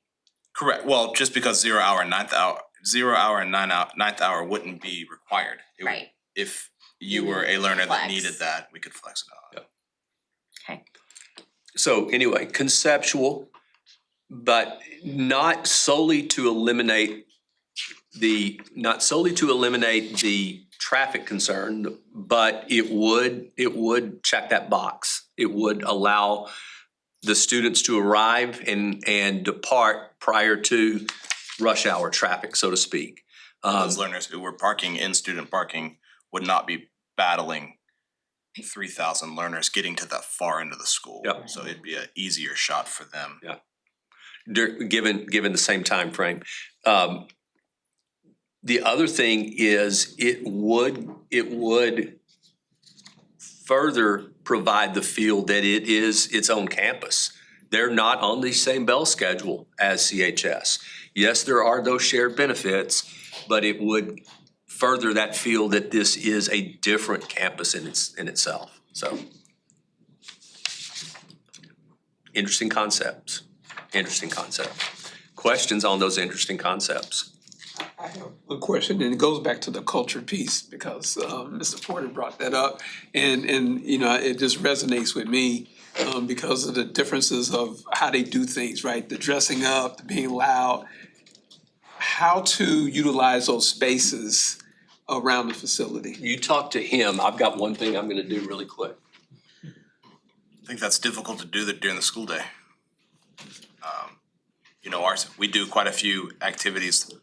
We do have quite a few activities on Saturdays where it wouldn't be as big of a deal because we could as almost that rent the space out. We could figure out how to collaborate with CHS.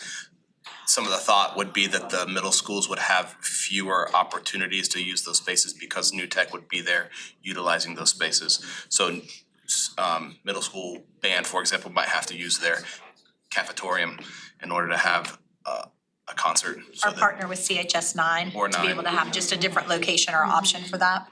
So those things could happen. We would have the turf room right there too, so we could work with athletics to use some of that space.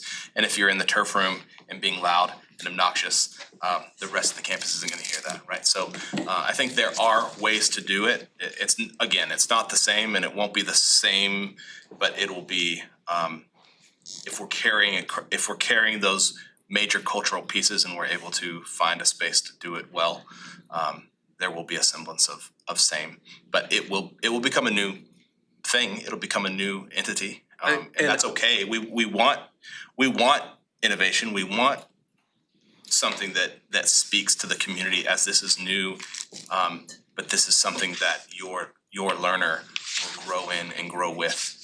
Some of the same elements that it's had, but also some new elements that will promote their growth post-secondary. And by the way, it would not hurt the recruitment process at all, and I've used recruitment at least 2 or 3 times today, different settings, but it would not hurt the recruitment for New Tech at all for CHS students to be able to hear that those kids are having some fun. At what point did we get to where learning cannot be fun? By definition. And in a setting where they're having fun and the walls are knocked out and they're all over the place, to me, learning can take place even to a greater degree. Not for every student. You know, every student, they can't function in that setting, but there are a lot of kids that will hear something going on and they'll go, that may be worth looking into. And so I think that in itself, is why I wouldn't shy away from the noise component at all, so. And it is an expansion, like D Hall is an expansion of former CHS, so those are brick walls. Yeah. Right. It's not drywall from D Hall into A Hall. Great point. I had not considered that, but.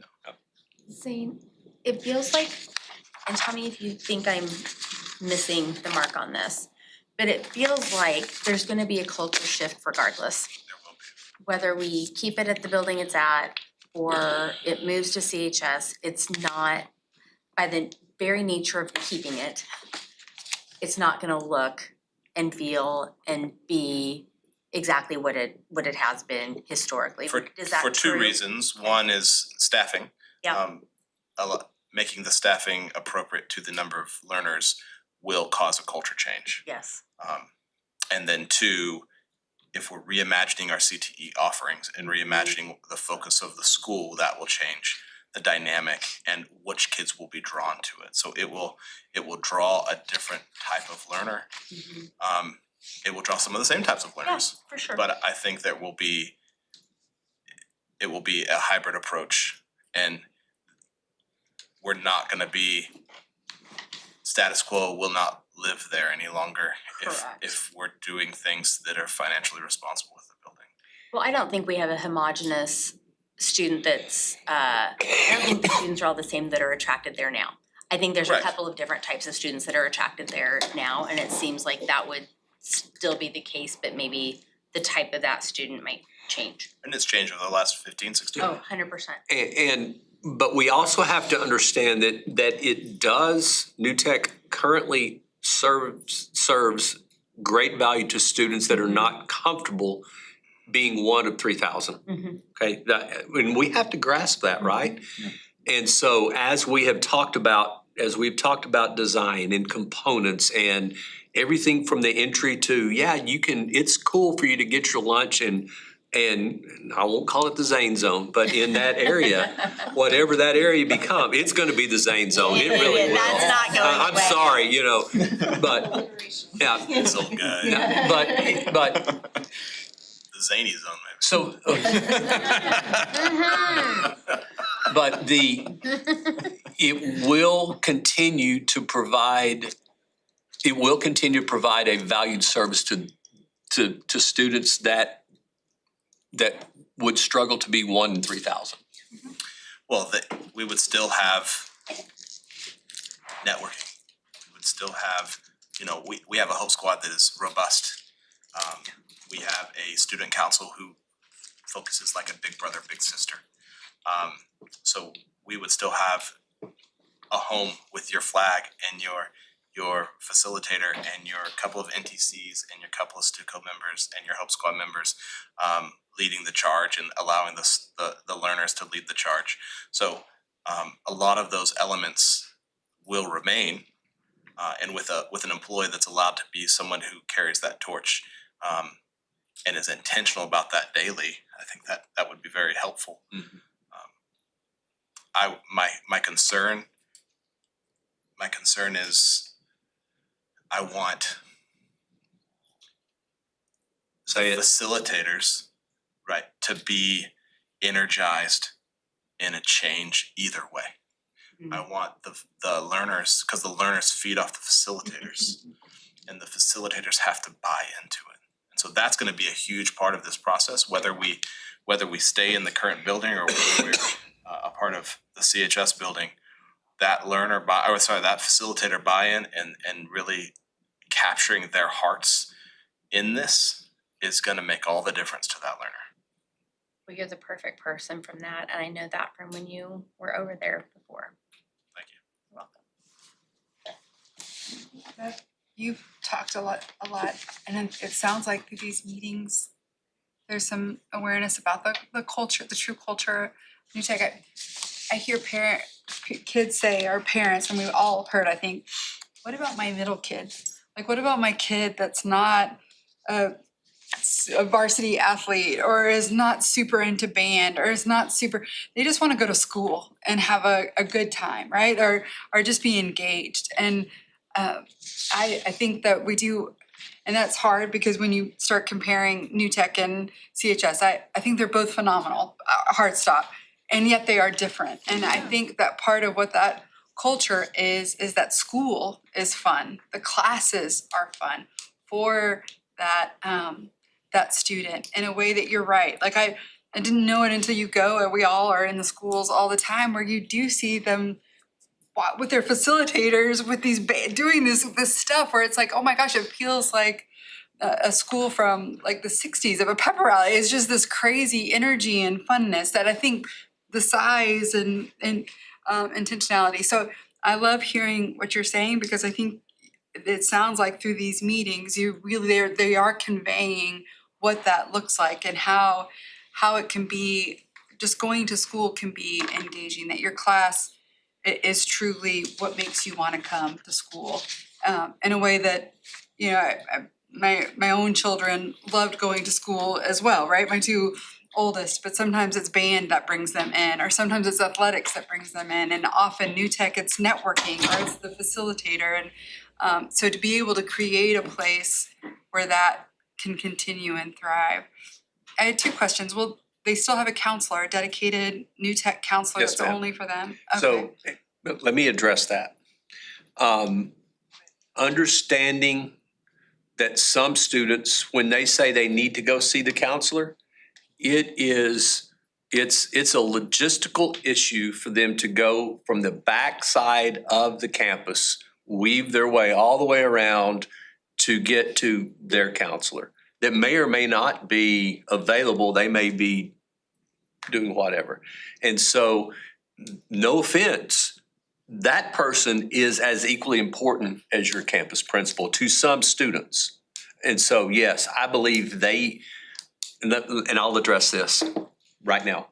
My recommendation for this will be prescriptive as well. It's descriptive, if that makes sense. I am going to, if I make this recommendation, the recommendation will be that it be relocated with these different elements. Because I feel like that you, as the board, needs to have a full picture of what this will look like going forward. If we make the recommendation that it stay at the current location, fairly prescriptive there as well, that it remain with these different components, just so that it is functional. And one of the things that I will state in there is, I believe that a designated counselor is vital to that. There are some students that need that direct access to that counselor. I get that. Having been a high school principal, I understand. Sometimes they had no desire to talk to me, but they needed to see their counselor, so. And in your current, sorry, Can I- Two closing Piggyback thoughts. on Oh, this one? piggyback, yes. and then- Sorry. I know you're sharing some of your admin team with Victory Place. Counselor is one of those right now or no? Just the AP. Just the AP, okay, sorry. So AP, testing coordinator, 504 coordinator. Okay, thank you. Two things that I've heard. Number one is people who have graduated from New Tech and parents say that there is value in having graduated for someone and New Tech. That people outside of Texas or nationally recognize what New Tech is in a way that if we just created something, that there's value when you go out to knowing what New Tech is. So just offer that up.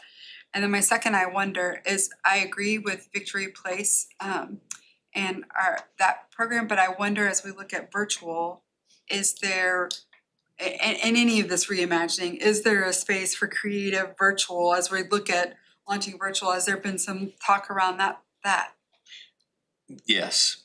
Yeah. I'd say yes. I'd say that as we're looking at that too, how would you approach that program? Where would be a good fit for some of those things, as well as when you're specifically looking at what courses that may be. So there's gonna be a lot of discussion about that this year too. And then also too, as a district, do you bite that off for the following year, or do you say, hey, this is something you would build on within that? I just think that would be just really important to also balance that, to make sure that we're being, once again, very precise and that we're taking care of all the pieces, because you wouldn't want to start a brand new program within something and then really, I wanna make sure that the focus is on all the things that would be coming into play. It seems like there's some alignment. Yeah, exactly. But, yeah, and I think that is its own conversation.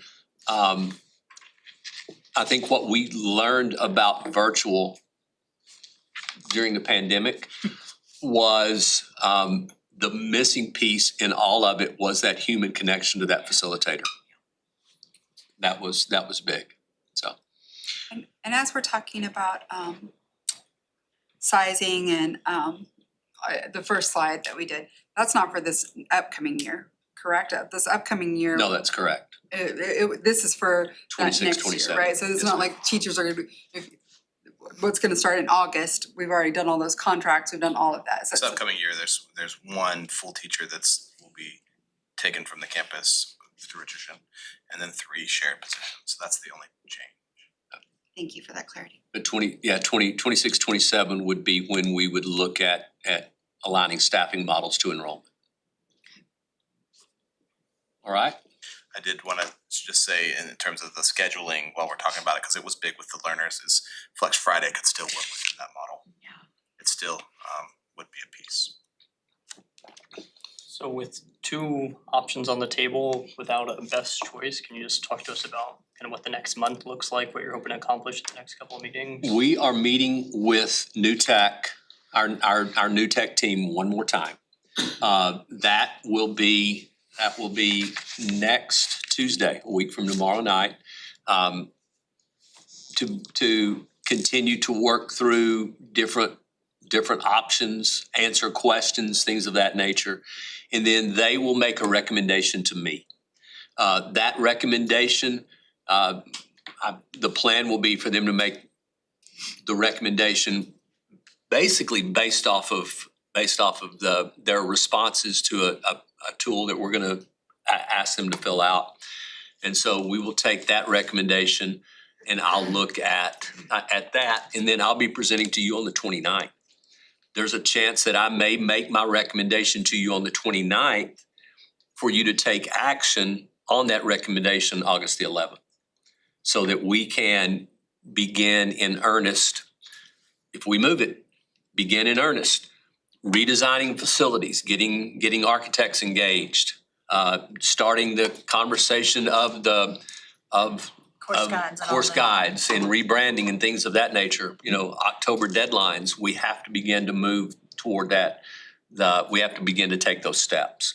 And so there is a chance that on the 29th, you're going to see a recommendation from me. Now, we won't vote on it until the 11th. I want you to be able to have some time to ask me any questions you may have. But I do believe it's time for us to, for lack of a better term, move the question. So, and given that timeline.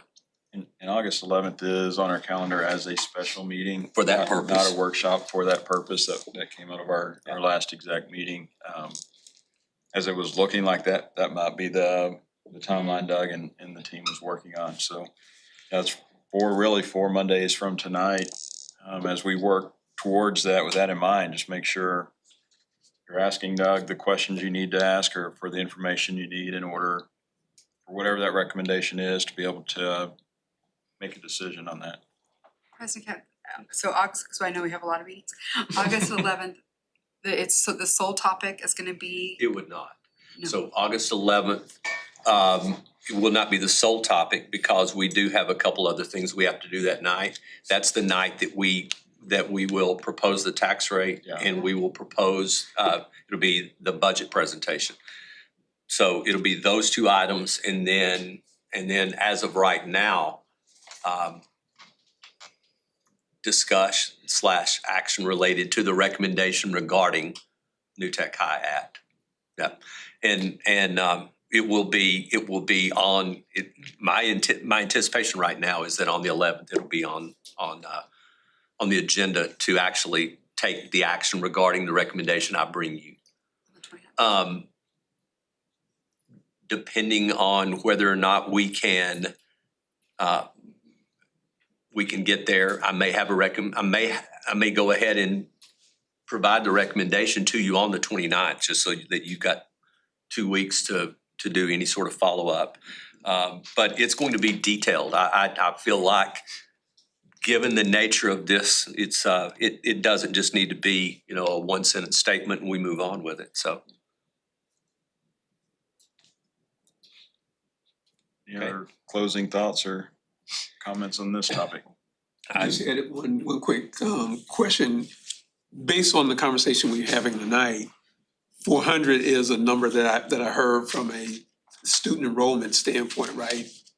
Would be whether it stayed at the current location or moved, that is the target number for the concept of the rebranding for New Tech. That 397 number would be that if it were to stay at current location for it to be cost neutral. Right.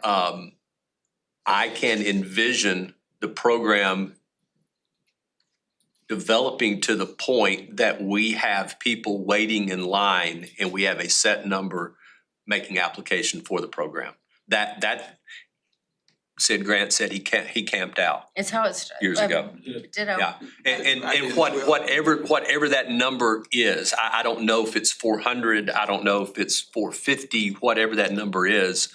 But, that's the end goal. The end goal is that it be reimagined, rebranded, whatever you want to call it.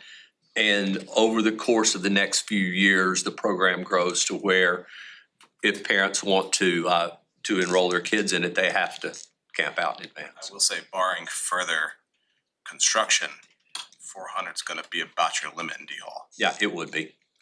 But if it grows and we want to move that glass back, then that's something that we would have to deal with at some point. We'll be potentially sharing some rooms even with the smaller staff numbers with the current construction blueprint. Like we'll be at the point where we might have to share a classroom. So, Like teachers would have to share, Correct. New Tech teachers, not with CHS right, well, classes. I'm sure CHS teachers will be too. They are this year and Yeah, so I'm just, and that's not unheard of for a high school. I'm Right. just saying that Right. we are at that point currently, so with 200 and hopefully 60 to 70 kids. right. So add another 120 and there will be a little bit more sharing, not undoable, but over that 400 number, it would require more construction. Mr. Hill, I never had a permanent classroom, ever. I was always the portable It's because teacher. he couldn't sit still. You've learned me how to teach. Yep. All right. Okay, so we will see what the 29th looks like, whether or not we are ready to make a recommendation or just further information, okay? All right, elementary campus planning update. Take it away. Take it away. Jump in. As you know, we've also, on the other end of the spectrum here, been talking about elementary decisions and possible recommendations as well that we brought to the board. So we just kind of wanted to give an overarching look at a timeline when we're thinking about not necessarily when those decisions are being teased out right now, but kind of what that would look like holistically as we were going through the school year. Similar to when we were going through our consolidation this last year, kind of what were some of the things that were happening during that time, so that way y'all could just kind of have that picture as well.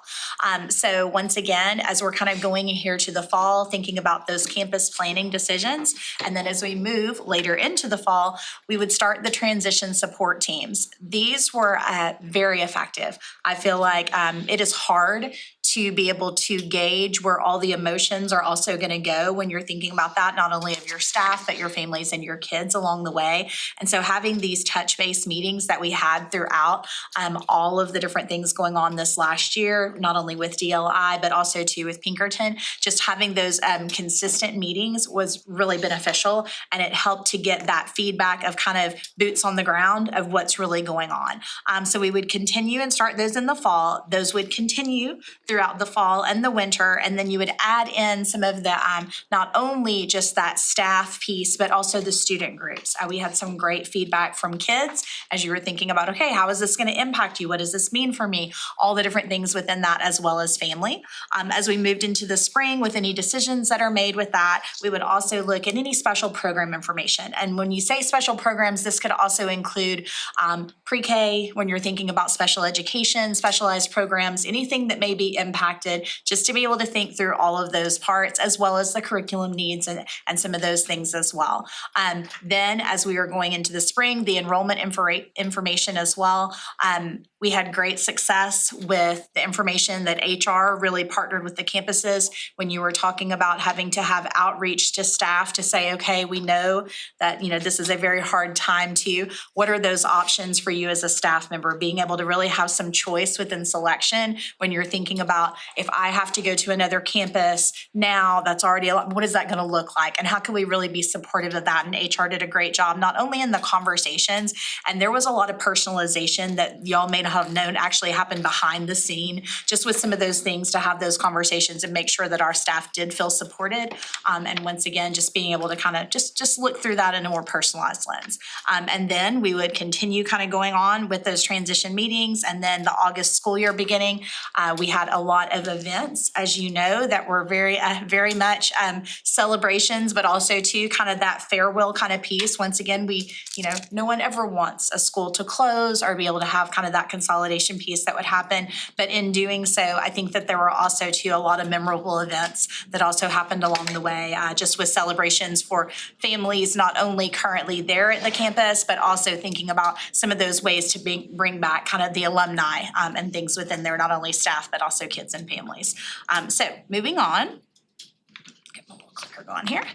So thinking about that transition timeline again, definitely making sure, did I get it? Okay. You and I both hit the button at the same time. Sorry, okay. That we are making sure that our kids are taken care of. When you're thinking about that, one of the things that y'all had brought up before is, what is the data that we're using to make sure that they're okay? How are we supporting not only their academic, but their social emotional needs within that? And then also kind of keeping that pulse on our staff and making sure that they are engaged and supported in the process, and the family engagement. That is going to be huge to not only hear the feedback through community forums and things that would be happening, but also to, if a change happens and a recommendation is made, how are we really connecting with the families to be able to support them during kind of that transition time. Final thing, I kind of talked through this a little bit, but this is just broken down into the bullet points. We had weekly planning meetings with our principal transition team, just to be able to make sure that they were also supported in that guidance of, what are we communicating right now? What are some of the logistics when you're thinking about some of the things when it gets later on in the year, about how are we packing up some of those things? I mean, there's a lot of little nitty-gritty pieces that had to be thought through, and our principals did a great job of just coordinating those efforts. And a lot of times they would meet with different departments. Sometimes it may be with me, sometimes it was with Kristen, whoever it may be needed along the way. The staff transition meetings, those were monthly meetings that were held, and they were very effective. And once again, we kind of brought different departments in at different times, so not to overwhelm the staff, but it really also talked a lot about change. We had some principals that were partnering and leading kind of the change management process, and what does that mean for you as an individual? What are our staff, what are they going through? What are questions that may be within that? So we have some great planning documents, I will say, not something that we ever would want to have, but we have stuff that has been created that really talks through transition, and so we'd be utilizing some of them with the staff as well. And then that parent transition, once again, just to really talk about what does this mean for me, if there were, as a part of any of the decisions as well, any kind of realignment within boundaries, because as we saw, there were a lot of families impacted even with just the consolidations that we did. So knowing that, that would be something we would really want to make sure that we were very intentional in thinking through that to ensure that all of our families were feeling supported, as well as knowing options for them as families. I just think that's always one of those big things that we've always focused on in the district. And then the student transition team, once again, our kiddos had some great ideas from playground development, making sure they had all the things that they needed, but as well as how they were really being empowered as a part of that process and really getting to hear that voice of what do you need if you're thinking about moving here? What kind of connections would you have with friends, or how could that look? Are there certain things that we could set up that would be events that allowed you to go and meet other kids if you were joining a different campus? And so just thinking about all those things for the transition plans along the way. And then Kristen is going to go into some of the enrollment projections, but we'll hit on any of those things that you may have questions first for me. Can I just pro-offer something? Yeah. So, did we do all of this perfectly last time? And I mean collectively as a community, board, staff, community, for sure not. Did we do a pretty darn good job considering we didn't know what we didn't know and we were going through it for the first time in a very long time? I think we did. What I would pro-offer is, I know Team of 8, we kind of did a self-reflection at our Team of 8 in the spring, like what were our lessons learned? What would we do differently? What was good and that we should do again or tweak? I know ELT did the same thing. I would like to suggest that we do something to engage at least Wilson and DLI and former Pinkerton families on like what's some friendly feedback that they would give us on something that we could do better, or with the PTO, like I think we had some great events at Pinkerton. And I think there were some things that were fire drills because we hadn't all done this before. And so I think if we could maybe ask the community some things and the PTO about some lessons learned to maybe smooth out some things that were a little bumpy as things were wrapping up. Yeah. I think that would maybe enhance the transition plan. yeah, I think the definitely. transition plan is Yeah. great, but I think they can And give us talking to some of the staff members some too that friendly kind of went through that as well Yes. within there. I love that. Yeah, So for whatever that's that's worth. great. No, thank you. I would second that. I was really excited to have this be iterative, right? To learn and grow, and I think that's a great idea to start and to have the staff feel confident that we're gonna take care of them. Yeah. After we knock Jonathan's thing over, I think is crucial too. So I love that. And I would be super curious as y'all go through of like, okay, we've learned this and this is what we're gonna do differently, and especially with when we talk about staff and how they're feeling, the additional stress, to be able to mitigate that as much as possible. And I think the timeline is doing that. Would you agree? Do you think we're already I taking think steps? yes, and I think that they're gonna hit on this piece. I don't want to steal Kristen's thunder on staff, but I think that the earlier you can make a decision, the better, just for the sheer fact as you're going through something, anxieties and just stressors can, no decision is ever easy when it comes to any of these things. But I do think that the longer something goes within that, it can lead to just some additional concerns, is what I would state. That's a lesson learned. Yeah. I think on our end is kind of like, okay, great, how can we make sure that we're efficient in what we're doing, but also make sure that that decision is done in a way to not go on for months on end.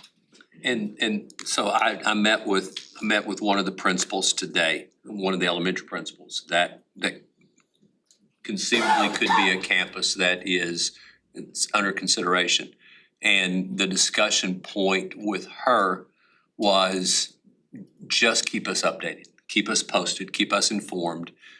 Let me know so that I can let the staff know. And I'm relatively direct from the standpoint that if the staff needs to be communicated with, I'm perfectly comfortable getting in my truck and going over there and doing that discussion as well.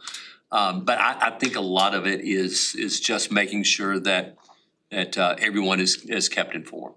And we're gonna talk more about the calendar in a minute and how we would propose that we go about that, so.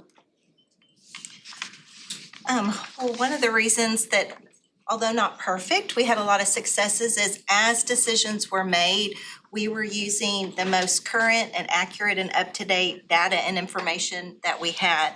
Whether it was starting out and looking at enrollments in classes, and in the case of DLI and programs, and then as we were getting closer to the end, looking at even parent potential choice and making sure that we had capacity, no matter what choice a parent made for their children and their families. And so I want to make sure that I'm updating you first with some information that's already been shared, and then some real-time information about where we are with enrollment. So what you're seeing on the screen right now is the elementary enrollment projections that our demographer shared back in the spring through a presentation. If you move from left to right, you'll see first the capacity of each building. We're not gonna spend a lot of time on that today, but just remember, we have it as capacity, but really it is comfortable capacity.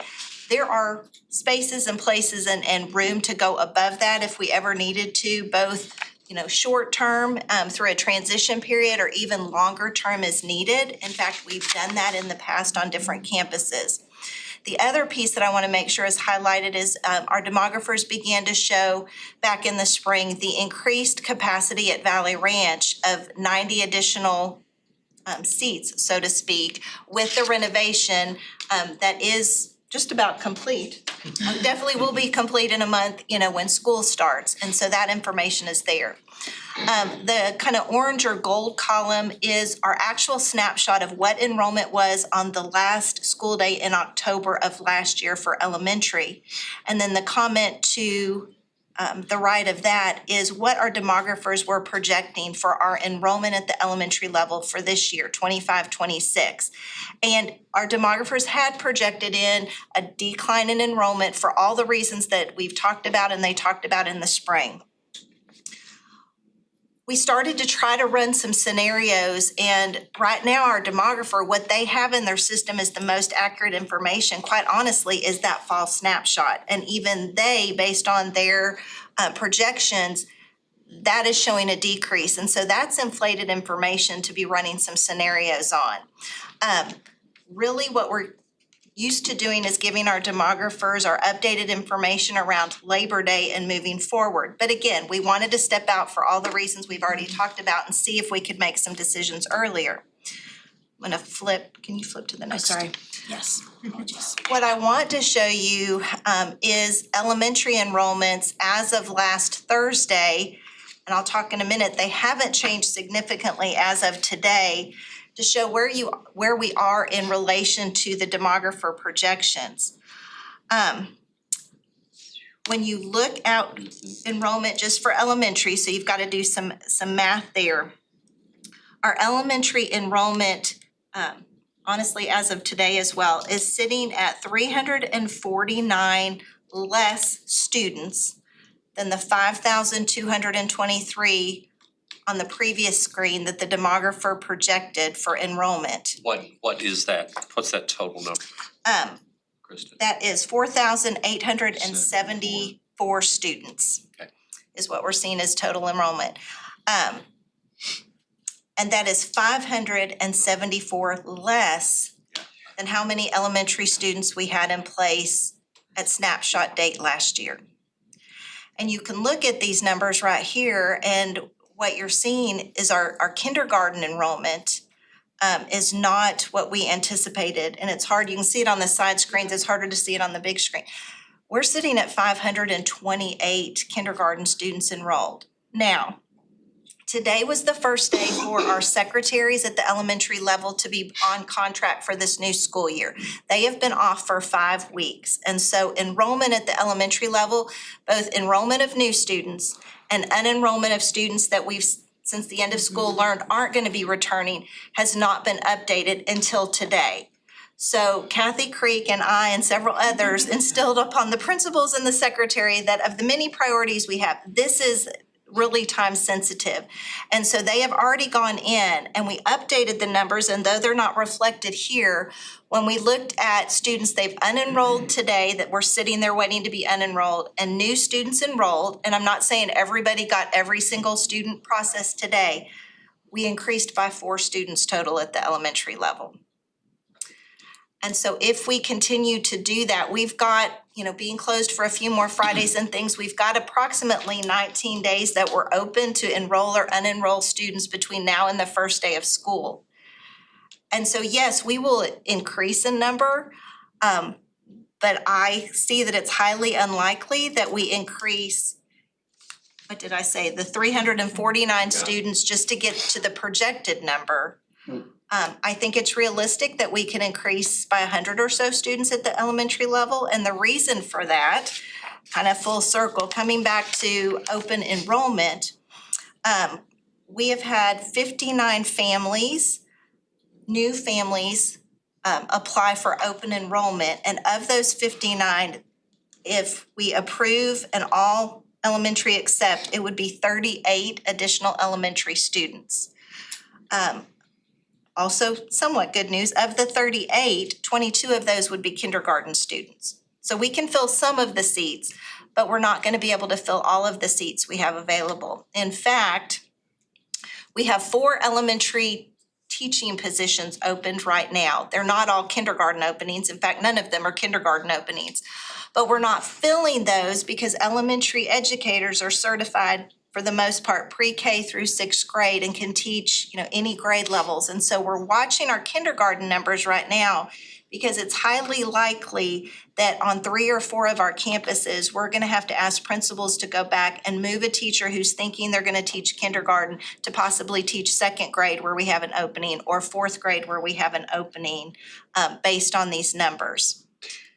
And so, one question that Jonathan asked in the email is, are there historicals? Can we look at where we were mid-July last year compared to where Labor Day numbers fell?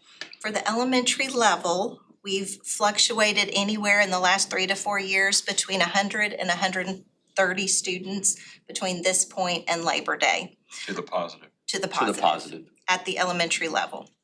Kristen, this is purely anecdotal, but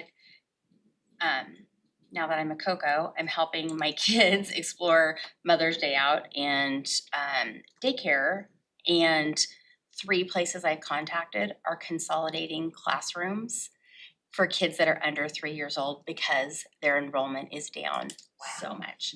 And that was such an eye-opener, and that's just happened in the last 10 days, but that was such places that have traditionally in Coppell always been full, always had a wait list, all of these things.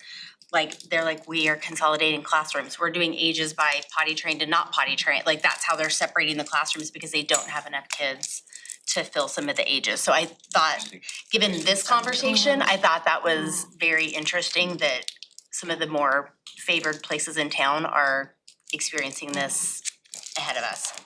You see it with daycare facilities too, and some of the Montessori schools that were on the southern side within that they've also closed. Yeah, so before we move off of this, and I know the focus of this really is elementary, I do want to make a note though that we're continuing to be lower in middle and high school than projected at this point. Those registrars and secretaries have been back, they came back a week ago Monday, so the middle school and high school enrollment and unenrollment is a little bit ahead of where elementary is. And I know we're not talking about closing or consolidating, but I want to plant that seed. Right now, we're 115 students at the middle schools below what is projected. And at the high schools, we're 51 students below where was projected. We'll gain 14 if all of our new open enrollment except for elementary, and we'll gain 7 at the high school. Do I think we'll get closer to those numbers at those levels? Absolutely, I do, but I don't know that we'll get exactly, especially at middle school, to that projected level, at least by Labor Day. So I just think there needs to be an awareness of all of that. But for these reasons, when we're looking at making recommendations about the elementary schools, I think Mr. Williams is gonna chime in here a little bit and talk to you about maybe looking at some alternative dates to actually bring some recommendations and make some recommendations to you as a board. So if we have more accurate data after Labor Day, and historically in the district, you will see an influx of students coming back. Possibly they've been away for the summer, and then normally after Labor Day is when you see kind of that, what you can project your enrollment numbers for the fall to be. And so we would recommend that we wait till after Labor Day to engage the demographic group, because they would then be able to make a lot better estimate of what 26-27 looks like. And 26-27 is the key year, right? We closed Pinkerton for this year, and so what does 26-27 tell us? I put together this overview of capacity utilization, and really part of the reason that I put this together was just to give you a 10,000 foot, maybe not 30,000, but a 10,000 foot view of how some of these capacity utilization models are going to drive some decisions that we will have to make. Okay, so if you look at this, look at the snapshot for 24-25 is reflective of 5,448. The demographer is projecting 52-23. Our actuals 48-74. So when you look at that, let's say that we wind up this year with around 5,000 students in PK5. If we have 5,000 this year, if we have 200 less, if we open 26-27 with 4,800 students, then if you have 9 campuses, your utilization rate is 79.87%. If you have 8 campuses, then you're at 88.72%, which is still under what the demographer would deem to be comfortable. Now, we had some discussion during cabinet today about what's that number? What's our comfort level number? Probably closer to maybe 94, 96%, somewhere in there. But demographer recommendation would be between 90 and 92. But I want you to look now at 5,000, and this is why this conversation is so important, to make sure that we have good numbers. So again, 5,000 students, 9 campuses, you would be at 83%. But if you decided to move to 8 campuses, meaning close 2 for 26-27 at 5,000, now you're at 92%, and you're beginning to work toward having some capacity issues. What's that gonna mean? And I think Sid expressed it well. If you wanna kind of talk about what that would look like, because it would be the boundary lines. One thing I know, it's all the boundary realignments we've done together over the years. The one thing we always try to do is minimize, even though we're realigning boundaries, we try to minimize the movement of students to the greatest extent possible, while still balancing it as much as possible. So the greater the utilization becomes, the more students that you're going to be moving. So we can come up with a perfectly balanced alignment, but you're going to split some neighborhoods.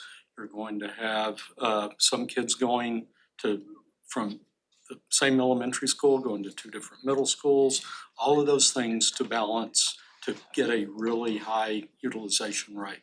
So that's one thing that we obviously will need to take into consideration whenever you look at, are we comfortable at 90, at 92%, where the demographer says, okay, 90, 92, but if we want to achieve a really, a much tighter utilization rate, you're just gonna be moving more students, which of course, becomes more and more unpopular. No question. So, in looking at this, if you got 4,800 students, then the numbers pretty much dictate that you close to.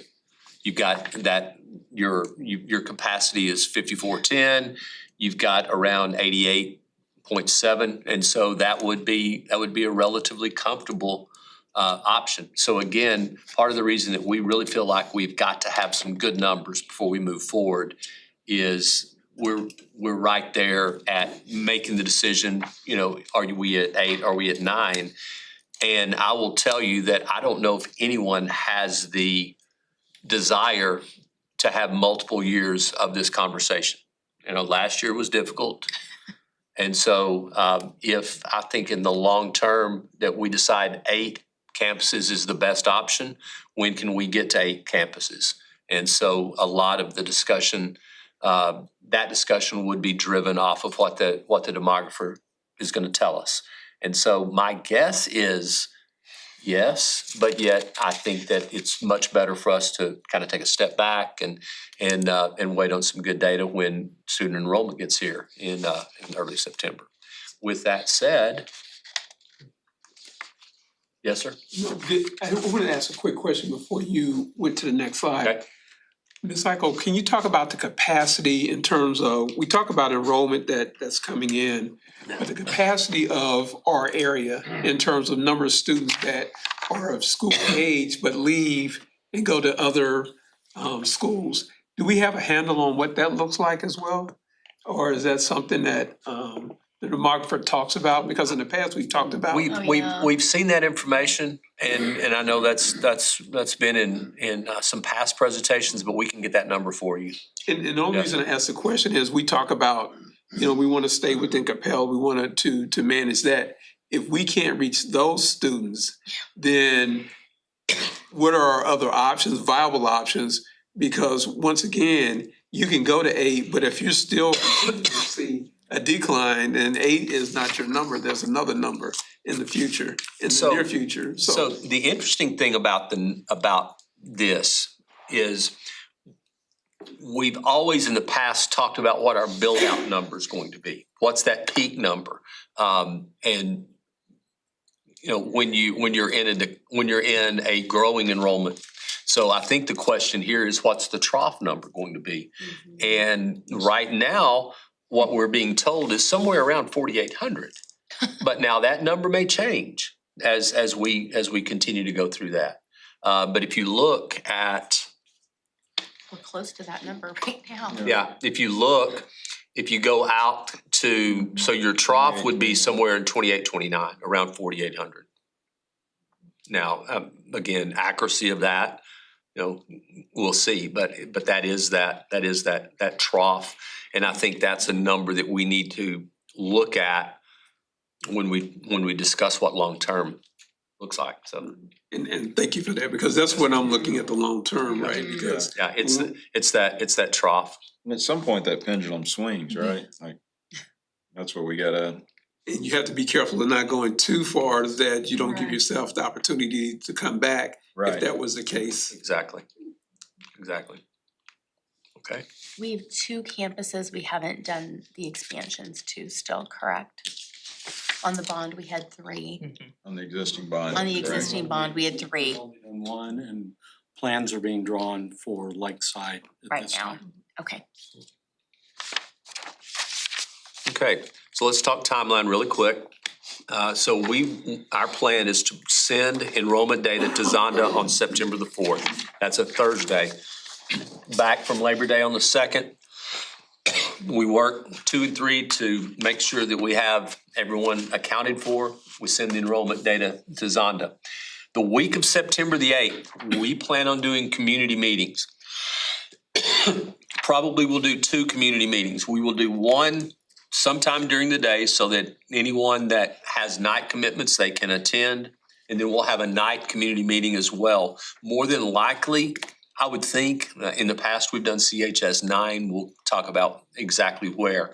But that community meeting will primarily revolve around student count. This is our enrollment. We're gonna try to continue to educate people on some of the issues that we have. By then, we will have better budget numbers. Should have actual budget numbers. Now, that will vary somewhat according to student enrollment and our PEIMS data and all of that, but we'll have a lot better handle on our budget numbers. We'll present that. We'll talk about our multi-year plan, how we get there, and then give our community members a chance to be able to provide us some structured feedback. I think that's important, the questions that they ask, and really just work with them through that.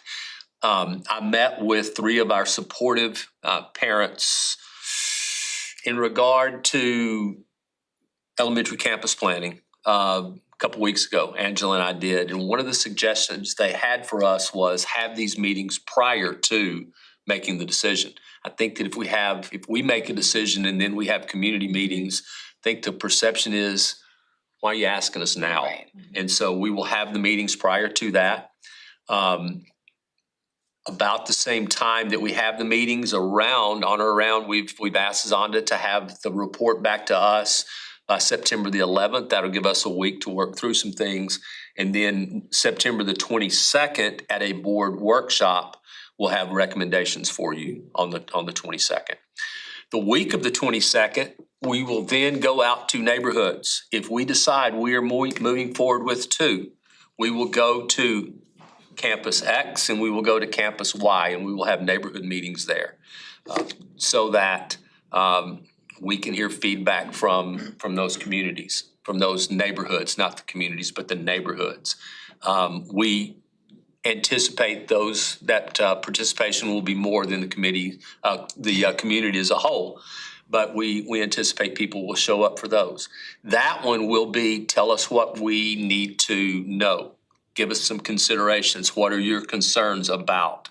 And so we'll have those. We'll make that a part of the report back to you on the 29th. On the 29th, we will have a report back from our findings from the community, hopefully be able to answer some questions they may have. We would like to make this recommendation to you the week of October the 6th. Here's why. Okay, now I want to kind of hit pause and I want us to look at the other thing that you're dealing with right now. You are in the process of working to select a new superintendent. If you give the timeline of this and kind of do it, we could almost do it as an overlay. I decided not to, but if you want to pencil this in, you can.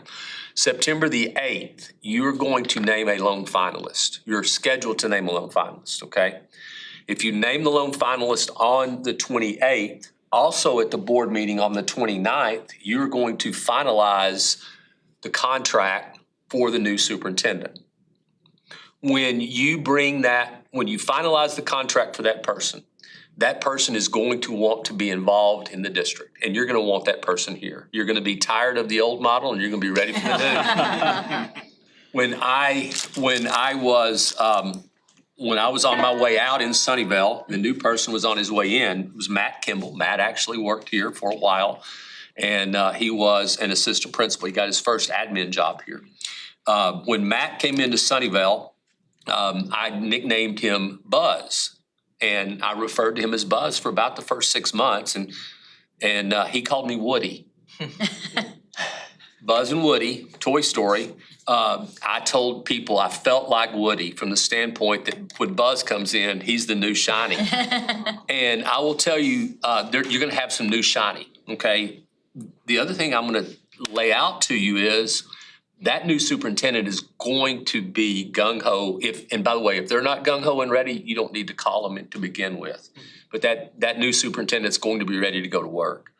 And so given the timeline of that, I believe that you extending this much beyond the middle of October, you're gonna create a situation that one of two things will happen. You're gonna have to delay bringing the new shiny in, and that person's really gonna want to go to work, or you're going to have them sitting in that chair when a really difficult recommendation is made, probably not good for his or her longevity. So that being said, this is my recommendation. Now, y'all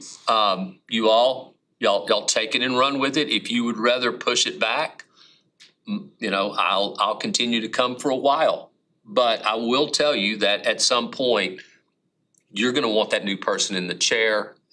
This group needs that new person. And after the person is named, then the next thing will be, well, who makes that decision? Is it Williams or is it, the new superintendent? So anyway, my thoughts, and I'll let y'all discuss and go from there. I will say I like the approach. When talking to other superintendents about how they approach things and deal with scenarios, they like to be put in a position where they can own it, right? I mean, I don't want to be putting somebody in a position that we own it and then you get to execute and you're like, I don't agree with that, or I would do this thing a little bit differently, right? I think giving them the opportunity as well as the staff, because y'all have worked on this together collectively, and you understand the X's and O's, and giving them the opportunity to have those discussions, I think become very meaningful. Also gives a fast start because it gives them something major to work on and to execute, and it takes a little while, obviously, to get all these things ironed out, as we talked about here. When you go through and you make a decision, you figure out like, hey, there's some things that we can fine tune here. And then the next time we do it, we can do it even better and faster, quicker, and get everybody on board. And I think when you look at some of the other things that are being discussed, getting people excited collectively, it will be significant. Yeah, Anthony, I agree with you, and I look at this as it's laid out. And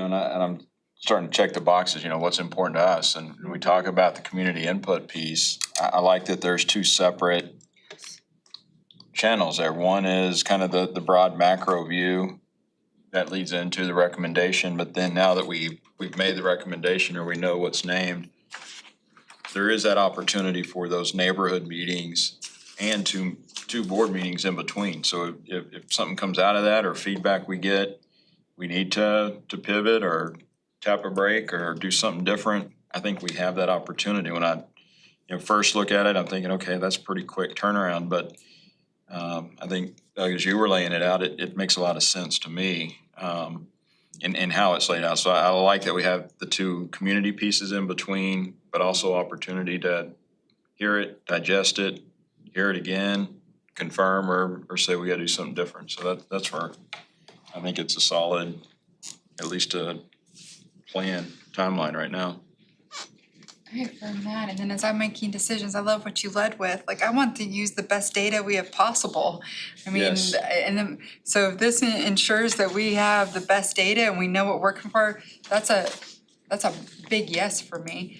One thing I've said before, and I really wanna know where our kids are. I really wanna know the heat map of where the kindergartners are. So as we talk with Zonda, demographics, I really like to see that, but yes, if this is gonna give them the opportunity to give us better information, 100%. And I love what you said too, David, I'll just affirm it that, I love the two opportunities for community input. It's always hard to give broad input when it's not until there's that fine line. It's weird, but let's try this and see. So to wrap up, yeah, this sounds like exactly what you would do. The community sessions will be, tell us what we need to consider.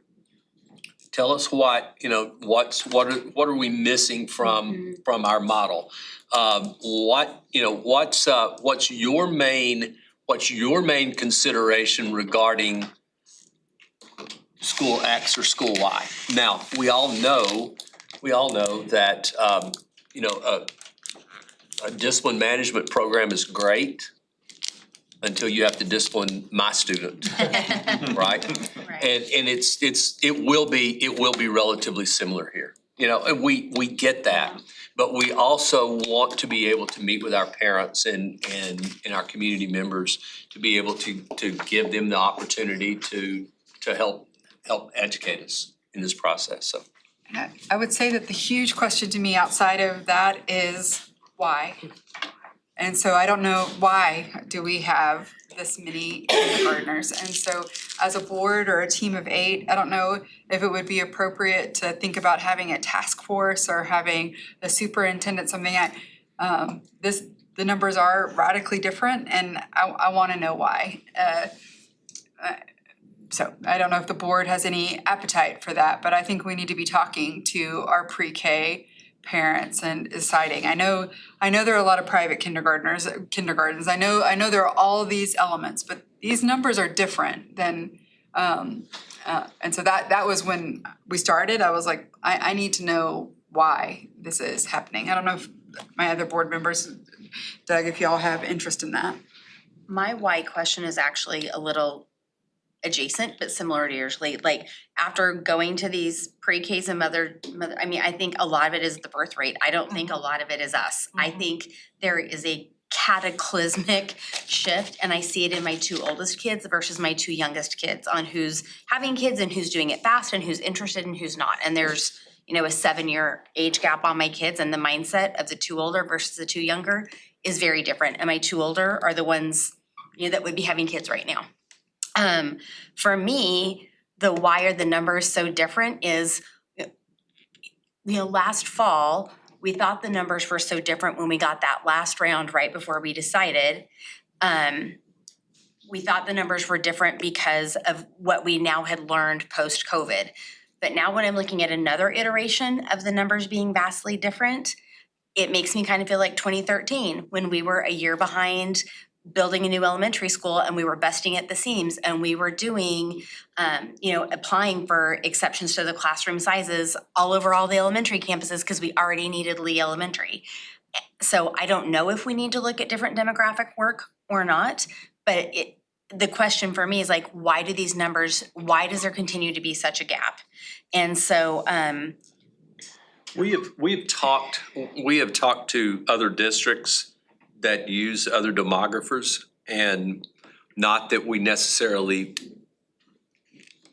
would, but I don't know if there's any validity to do any sort of cross-check or anything like that. well, I mean, for me, that is something I've wondered when we get these new numbers, and I love the timeline, by the way, I'm on board with everybody else. But to me, I'm like, how do we validate or verify what we have? Because we've had a couple of misses.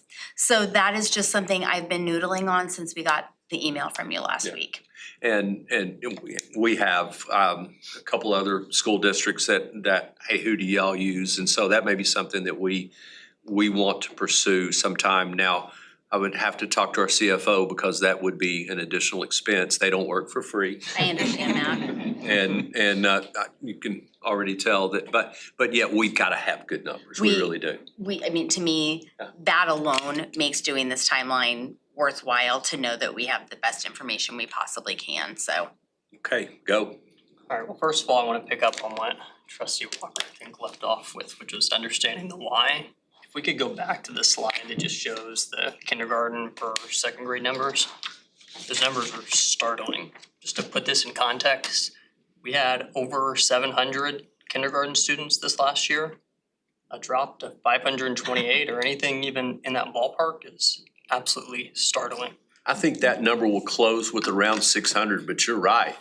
I don't understand it. And even more startling to me actually is then you look at that kindergarten class moving up to 1st grade. Yep. We've never lost kids moving from kindergarten to 1st grade. It's always grown by 50 to 100 students as they move up. So that's truly a drop and we're losing students. That's causing alarm bells to go off for me. And so understanding the reason for that, is it an early voucher impact that we're starting to see? I don't know. But understanding that as we're looking at these decisions, I think is absolutely critical. I think I'm gonna be out on an island on this next piece, which is the timeline. The part that makes me a little bit uncomfortable is that September 22nd date being when we name campuses and then voting 2 weeks later. Yeah. I feel for the kindergarten parents who, that's the first time they hear their school is named. The school gets closed 2 weeks later. I would like a timeline that's longer than that. And frankly, seeing these numbers, I don't know that I need a ton more data to know what the right answer is between one elementary campus and two. And so I'm all good with the final vote being pushed back to October 6th. The part that gives me heartburn is pushing back when we announce the campus is gonna be closed, and then 2 weeks later, you make the vote. I want to pick up on you because you asked the question, right? I think a lot of the stuff we talk about is capacity once again in the shift. You talk about birth rates, right? We also see a shift in which counties are growing. Dallas County is not one of them, right? You see is Denton and Collin County are the two that are growing at a high rate, right? So once again, you see this one is stabilizing, and that's one of the shifts that you see. The other part is, to your point, Trustee Millie, people are having kids later. Yeah. That's one of the other things, right? So we see that as a big shift. If you look at anybody who does this work, talking about millennials and Gen X and Y and Z, you see that shift. But the other thing is, we do have people who live here in this community, and they choose other options outside of public ed. If you even look at the transfer data they have that we get that you can pull from the TEA, you see where people are going to other school options, right? And then people are staying home and going to homeschool. That is growing as well. So there's some other things that I think come into play in this conversation. But to shift back to President Cabinet's, we always see a shift.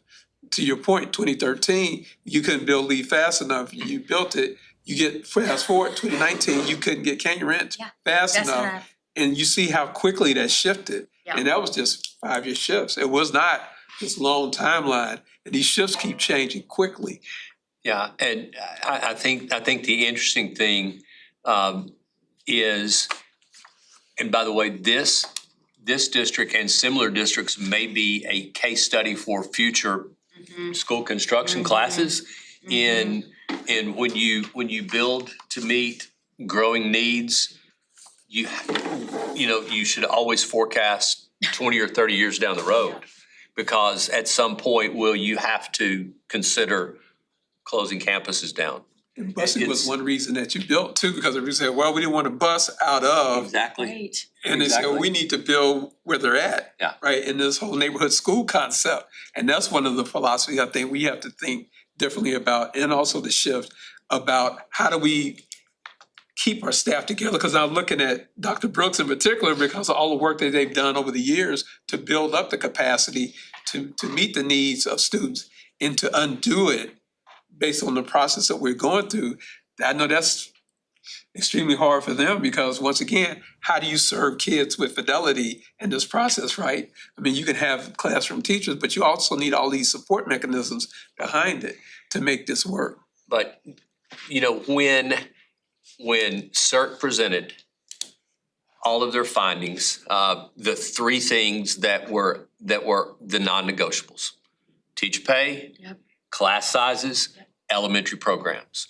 And the question that you have to ask is, will closing campuses impact any of those three? And if the answer is yes, then we need to make other considerations. If the answer is no, we have to move forward with courage and conviction and just go. It's gonna be tough. Gonna be some tough conversations ahead. I think to Jonathan's point, listening to our community, I don't know the magic timeline. There isn't. Yeah, we exchanged text yesterday. I sent y'all the email yesterday and then sent him a text to say, hey, just making sure that you saw that I did respond to the email. And then we texted back and forth. His perspective is important because he went through it. Yeah. It's those of us that did not experience that, he went through it. And I think we need to have conversations with those parents to say, how could we have made that situation any less painful? It's going to be painful. We understand that. But how can it be any less painful? So, and I think that's important. And I don't know if it's the timing or the communication piece or making sure that they feel like they've been heard. So, So, sorry, you're the guinea pig, but No. I'm sitting here listening to Doug talk and it makes me wonder, do we, not at Meet the Teacher, but sometime early in the first couple of weeks of school, invite all the kindergarten parents to, like, send something to kindergarten parents and say, these conversations are happening, you should come to a board meeting and get informed, or hear, like, something very targeted and specific to our kindergarten, well, maybe all of our K-1, 2 parents. I don't know where the right thing is, but people who are more likely to be newer to the conversation or have their oldest at that grade level, do we do something early on to invite them into the process before we get to a possible recommendation in the second, the neighborhood meetings? It would certainly make me feel a lot better about it, and it doesn't even have to be district-wide. I mean, I think if we're being candid, there's only 4 or 5 potential campuses that may So maybe be just those truly campuses. impacted, but at least being there at some of those early kind of campus-wide meetings to tell them to get plugged in and come give us their feedback, the Or- things that we should be thinking about. Or do we send an ELT member and Doug or one of us or a combination, like really inviting them into the process? Or at least to get yeah, informed? I don't I know. agree. I agree. I think that, I mean, that's a good way to, I think, to just in general practice to get our new families, integrated into How the things system. work, That- right? You know, Jonathan, I agree with you. I think coming in as a kindergarten parent, you probably haven't been paying that much attention to what's going on in your school because your You're new. focus is on everywhere, other things, so. Let us, so for upcoming, we will keep you apprised of enrollment trends. And then I would think at the August workshop, we'll have more definitive plans in relation to that. And it really, we could start the effort, maybe not including enrollment data as much as, for lack of a better term, a call to action. And what it looks like and why we are having these conversations. Because we also operate off the assumption that, well, all these parents know, well, if they haven't been plugged in, they don't know. Yeah. And so they need to understand that. And it might be better, it might be best if we house it on the east side of the district. Because you're right, I mean, our conversations are gonna revolve around schools on the east side of the district. Can I say one thing about these numbers that's related in the sense it's not about future decisions, but it's where we've landed based on past decisions? I would like to point out, I know there was a lot of concern about with the consolidation of DLI that Denton Creek Elementary would end up, well over 600 students. And as you can see here, we're sitting at 583. And honestly, that's probably one of the schools that I'm most confident about because of all of the communication we had and the pre-enrollment to be in the dual language program and pieces like that. So really, that's a very efficient campus with the numbers, but it's not over the comfortable capacity that I know a lot of parents were concerned about. Austin Elementary also being impacted with some of the Pinkerton zone going to Austin Elementary. Ironically, when you look at this snapshot, Austin at Wilson, where the majority, 75% of Pinkerton was rezoned and the IB program was moved to, there was concern. Would there be enough seats for all the families that wanted to continue to participate in IB? And so you can see those campuses, at this moment are sitting below 500 each. So, from some perspective of where we've landed based on hard decisions and worry and things, we've landed where we really thought we would be. And one of the reasons we ended up shifting gears a little bit towards the end and not doing the comprehensive move, knowing we'd be back here like we are now, talking about maybe some bigger pieces and bigger impact. But while these numbers are up here for the board and for community listening, I wanted to point that out as well. Chris and I had actually noticed that on the Denton Creek number specifically and didn't bring anything up. But the other one that got me is the north numbers when I'll go back to my first year on the board. And, that was the big, that realignment, that was the biggest probably argument to some of those cities. You probably remember that too, is that we were gonna overcrowd north and ruin that school. And it's been the opposite. I think the big point in that is, there's some experience, right? From your side, as you guys have done this and are the, Bless you. the experts in that when we start looking at some of those projections and maybe we are being a little more conservative in what we think they could be, the reality is they generally do trend a little bit lower or right where we need them to be, when the numbers start shaking out, so. But like you said, Doug, a little courage and And a little conviction, so. conviction. One last thing, just while we're looking at this slide and the numbers. As we're making these sort of decisions based on snapshots in time, one thing that has jumped out to me about these kindergarten numbers, and how startlingly low they are, is those kindergartners are also the COVID babies, basically 2020 families, and so as Zonda is kind of presenting to us going forward, we just make sure they've taken that into account and how we're projecting going forward, whether or not it's worth relying on or if we should be a little more cautious based on those big drops. And I think a real important statistic we look at based on your question and your comments are the average student per household. Yeah. For a decade or decades, we used to say, we get on average in Coppell, single family, 0.6 kids, student, K through 12 kids per household, with half of them being secondary, half of them being elementary. It was almost, you could predict it purely. Now, if we see that declining, especially without the regeneration, my wife and we're empty nesters. We live in a house that's too large for us, but I'm not about to come off of 3%. And that's it. That's it. So we're not moving. That's it. And we know that has to be a key part of it, but I think Zonda or any other demographer can help us fine tune and zero in how much of this is due to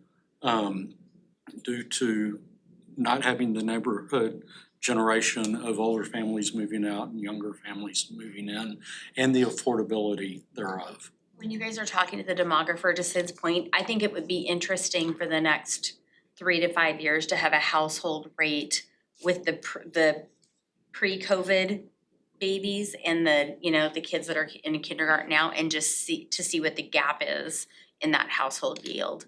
Mhm. And to see if it holds true with that next kind of cohort, that COVID cohort. You're so right. I was just talking about the interest rates and the mortgage rates, and that when that shifts and changes, because you can't move out of a house now and move to downsize into a smaller house, your house payment would be more.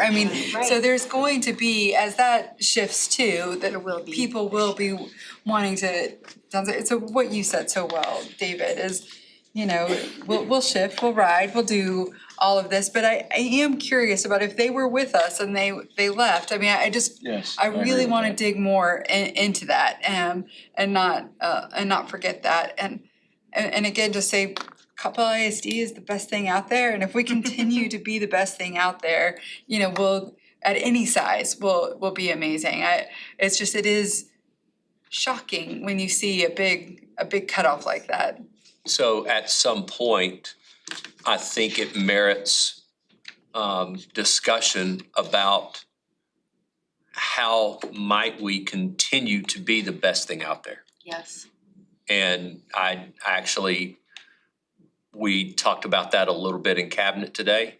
And I think it's a discussion that merits this team's consideration at some point. So, Agreed. Sid? Doesn't that get back to? I'm up.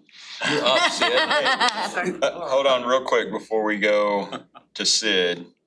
Doug, you and I, when we were talking that timeline on New Tech earlier. Yes, sir. We kept saying July 29th for that possible recommendation. Our meeting's actually on the 28th. The 28th. Yeah, so Okay. just clarify Gotcha, yeah. for anybody listening. Very good. Sorry, didn't mean to I thought we cut were you having a off. special meeting. No, 28th. it's on the calendar for the 28th and that's when we're having it. But I will request to the timeline point, if we are gonna do something the week of October 6th, if we could get that on our calendars Yes, for soon, sure. that would be wonderful. So I had said the 9th. The board president has considerations on Thursday nights. Oh, And so I would think and we'll leave it, we'll confirm that date soon, but Okay. you know, your regular board meetings are Monday nights. If you want to go on Monday nights, you know, we would be, you know, we could do the workshop on the, would that be the 6th? Yeah, be the 6th, so. I'm good. You good? Sorry. I'm good. I'll let you continue. Cause I have some questions on facilities, so I'll wait for that time. Saving his words.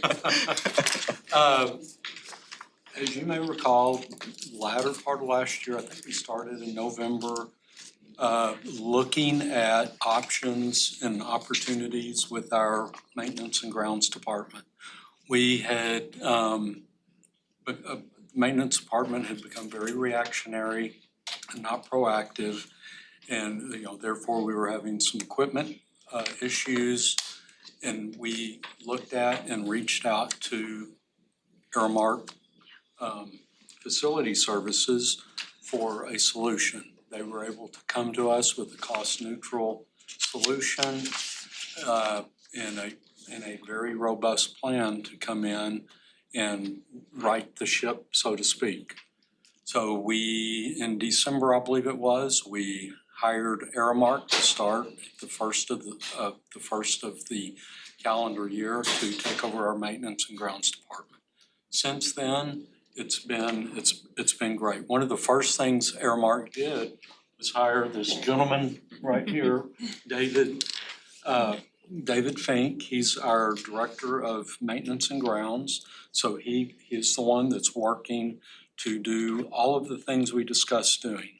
One thing with us being a reactive district,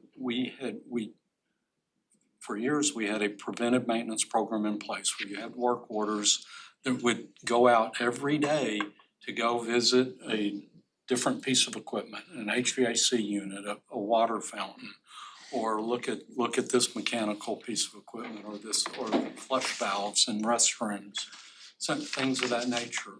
Well, that had been, over the last 5 years or so, had been discontinued and was not being utilized. So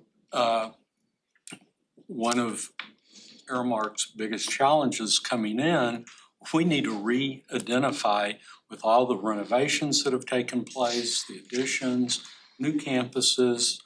We need to identify all of the assets, the mechanical, the electrical, and the plumbing assets in the district. So they did an asset inventory, put all these into a new work order system that Aramark, it's Aramark's program. And they were able to take that and rebuild that preventive maintenance program so that whenever it's time to change a filter in an HVAC system or check its belts or you know, blow out the coils, then that will come automatically. And so with this next slide, it's kind of busy and hard to see, but if you look at the barcodes on the left, these were the work orders that campuses were placing at the time. You can see this is 4 months prior to Aramark taking over. The last 4 months that Aramark was not managing our maintenance and grounds. So you can see just in one area, there was almost 700 work orders. And you know, the other thing is a lot of them weren't happening. The items were not being corrected. Well, since Aramark's come in, this is the last 4 months. So March, April, May, and June over on the right. If you notice, they've done over 4,600 preventive maintenance work orders just in the last 4 months. And they've also, they've started a program that was not being done before, and they're called self-identified work orders.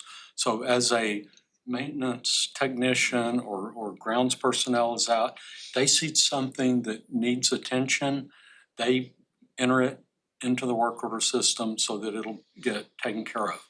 So the goal ultimately is, instead of campuses, the principal, assistant principal, teachers identifying issues, our crew, either through our preventive maintenance work orders or through self-identified work orders, you start lowering those work orders that are called out for corrective work orders called out by the campus. And we start, maintenance and ground starts identifying them to start leveling that playing field where the Aramark's ultimate goal is to have just as many self-identified work orders as you do corrective work orders ordered by the campus. And of course, as your preventive maintenance starts working, you hope both of those slowly decline so that as we get our campuses back into shape, so to speak, we will there will be our campuses will have a lot less malfunctioning equipment. And you know the issues we've had with some of our HVAC systems, a lot of that was a direct result of not having a robust preventive maintenance program. But so now we do. And just one, if you've been around and seen some of our grounds, I think you have noticed a difference. There's even longer term plan, and I may be even coming, if I can identify some dollars, coming back to you with some recommendations for some grounds renovations. But at the same time, prior to Aramark taking over grounds, we had 5 irrigation systems that worked at campuses, 5 campuses that worked completely. Now there are only 5 left of all of our buildings that are left to troubleshoot and repair. And this is irrigation. This isn't fire sprinkler. It's irrigation system. So they're making huge strides in the grounds area as well. So with maintenance and grounds, and David's here to help answer any questions. Do you have any questions on that before we get into the needs assessment? So when you talk about the grounds and that just particularly, can you talk about that strategy that's in place to ensure that you have that addressed comprehensively, right? Because once again, you talk about sprinklers. That's just one thing. There are other things with grounds as well. I would presume that's a part of that process. And what does that look like in 2025, 26 versus what it looked like in 24, 25? You know, we talked about the APA. There's a measuring system for the level of care that we have in maintenance. There's an APA for grounds, there's an APA, I can't remember what APA stands for. I'm gonna put you on the spot. What was the name of it? The APA. APA? APA, yeah, it's, and remember, Aramark, when they came in and did their presentation, our maintenance and grounds were currently at a service level of about a 5. And whereas a hospital is a 1, everything's gotta work all the time. And we've become in, a lot of our mechanical equipment in a state of disrepair.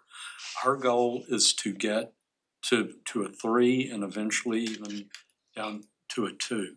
So that's the way that they'll be looking at and measuring or looking at those metrics of what it takes to get us down from that APA 5 level down to an APA 3 and then even eventually an APA 2. So you're looking at levels of service, what kind of equipment, what percentage of equipment may be inoperable at any given time, and things of that nature. So that's what we hope to see. We want to see the work orders, the self-identified work orders go up while the campus identified work orders go down. And then at the same time, each year seeing all of them go down as our preventive maintenance work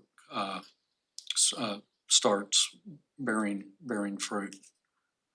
Which leads me to my second question, and for the trustees that are around, we had an organization present to us in May of 2023 about optimization and savings. Yeah. Therefore, that leads me to this question. How much in savings do you perceive that we will get from all of these changes with just the, I'm gonna say the HVAC or building equipment? Whether it be, you know, the HVAC or whether it be water, whatever it is that we have out there. At what efficiency level do you think we can get to without having to spend a lot of money? And then what efficiency level can we get to using the bond money that we still have available for projects that are still outstanding? Right, yeah, and that's one thing, and HVAC, of course, is by far the largest. We still have, and I'm gonna talk just very briefly about it, but we still have a lot of R22 Freon equipment. And that's one of Airmark's recommendations is over the next coming years to replace those R22 units with the new 410A, which in turn are much, just because of the technology and the SEERs, the SEER of those units are so much more energy efficient. But again, if you think of if you think of your HVAC system at home and you hadn't changed your filter in 2 years, that unit is struggling to draw air through it. So the compressor is gonna run longer, it's gonna run harder, and it's gonna have a shorter life. So as they are cleaning coils, replacing filters, our equipment is going to run more efficiently. And if the air is flowing through that HVAC unit more freely, it's not gonna have to run as long. So efficiencies will be achieved just from the preventive maintenance alone. And then, of course, once that piece of equipment is replaced, just as we're replacing all the lights in the district, we're replacing them with LEDs that use about 10% of what the fluorescent bulbs did. Sid, on this one, we talk about the kind of the maintenance and preventative, kind of what, with the new agreement with Airmark, when we talk about some of our extracurriculars, after hours events, whether it's at a building or, you know, especially our stadium or the baseball complex, when we have issues there after hours, how is that? Has that gotten better? I know there's been some issues in the past where lights went out or didn't work and trying to keep things moving, you know, after hours. Yeah, one thing we are implementing, it's funny you ask, we have a meeting first thing in the morning with a company called Facilitron. They will be our new facility software for facilities rental. And it's going to, and they're implementing a new automation system so if you can actually go online, if you booked a gym at a school, it will, you pay online, everything takes place online, and it will automatically control. We have a control system now that automatically is supposed to turn on the air, notify custodial that you have this event going from this time to this time. Well, this is all a brand new system that's supposed to do this a whole lot more efficiently. You know, will it have some bugs to work out in the beginning? I'm sure it will, but it is a whole new system, especially for the automation part of it. And Dwight, do you have anything to add on that? I think you did a great job. Automation is always good. Yeah. Ease. All right. Yeah, so. Money coming in. Yeah, I don't is wanna also hold good. us up in the So presentation. anyway, no, yeah. that's a great question because that has been an issue. And this is, a lot of districts around us and much larger districts are utilizing Facilitron. And so we're really excited to make that transition. Good. Speaking of automation, ChatGPT says APA is architectural and physical assessment. Okay, thank you. Leave it to the rookie. Just didn't wanna leave you hanging there. Okay, so when we went, the other thing that Aramark did for us, this is aside from the asset inventory and implementing the new work order and preventive work order.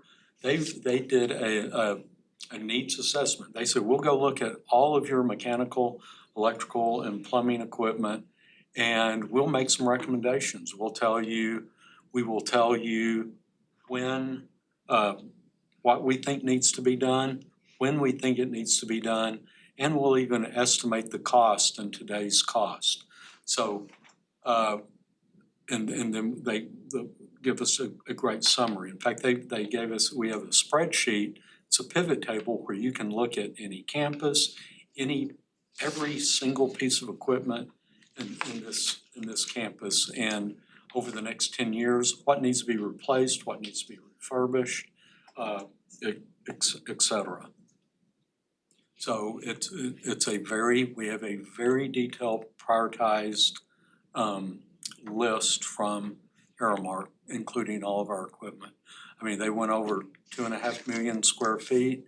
They looked in all of our buildings, but the thing that was most impressive to me was their survey team.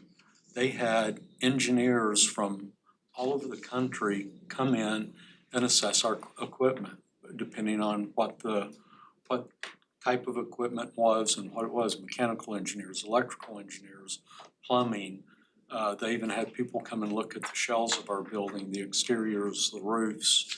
And every system that they looked at, they put into a category and they prioritized the needs based on priority 1 through 5.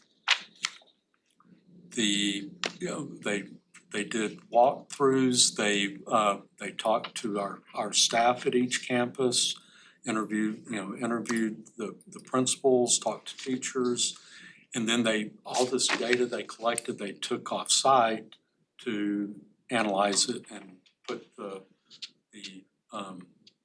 identify the needs and put this detailed, very robust list together regarding our needs. So priority 1, you can kind of look at each priority as what they think needs to be done in year 1 all the way through year 10. So priority 1 are the things they looked at that they said, okay, this might be a code violation, you need to correct it. This is, or this is something that's not operable. You know, you've got this HVAC unit, you've got this boiler at the high school. You have 6 boilers, in fact, at the high school that don't work. So, so those are the items that need to immediately be done. The priority 2 are they're things that we predict that, within the next couple of years, you really need to consider considering these. Now, what they ended up doing in priority 1 through 3 is, if we're looking at the remainder life of this bond, and I'll get to this in a moment, they looked at all of as I mentioned, the older HVAC units. They're still operating, and some of them are just fine, but they aren't in this bond to replace. Well, they recommend replacing them just as the R22, because if a compressor goes out on R22, if it has a leak in the coils and you lose that R22 Freon, it's very, very expensive if you can find it to recharge that unit with R22 Freon, because they don't make it. And then years 4 through 10, these are other things like, it can be, there was a category you'll see on the bar chart that says conveyance. You're thinking, what is conveyance? And then it dawned, that's our elevators, conveying people from one floor to the next. And then priority 5 are items that they may not need replacing, but if you look at these, it could be modernization, it could be energy savings type items and things of that nature, like Mr. Trustee Hill was referring to. So, getting into priorities 1 through 5, this is kind of how it played out with year 1 and 2, ironically being something that's 100% in the bond, And that's a replacement of our fire alarm systems in all of our older campuses and buildings, including this building, including the service center. So those are already, they're on the books and we're in the process of doing them. But you can see your priority 3, that's that's mostly made up of all those R22 HVAC units that remain. So here's kind of the overall breakdown. You can see almost 23 million is HVAC, 5.5 million in plumbing. There's your conveying and so basically some of our elevators are getting old. They're required to be inspected every year and certain maintenance be done to them. But at some point, especially our older campuses, they will need to be replaced. So there'll be significant costs in a future bond for doing that. Electrical exterior shell is roofing, and then fire and life safety, that's our fire alarm systems. So how much can be of all these, if you think about the next 3 years, priorities 1 through 3, what can we complete with the dollars we already have allocated? Obviously, our fire alarm systems covered. Plumbing improvements such as some hot water heater replacements, water fountain replacements.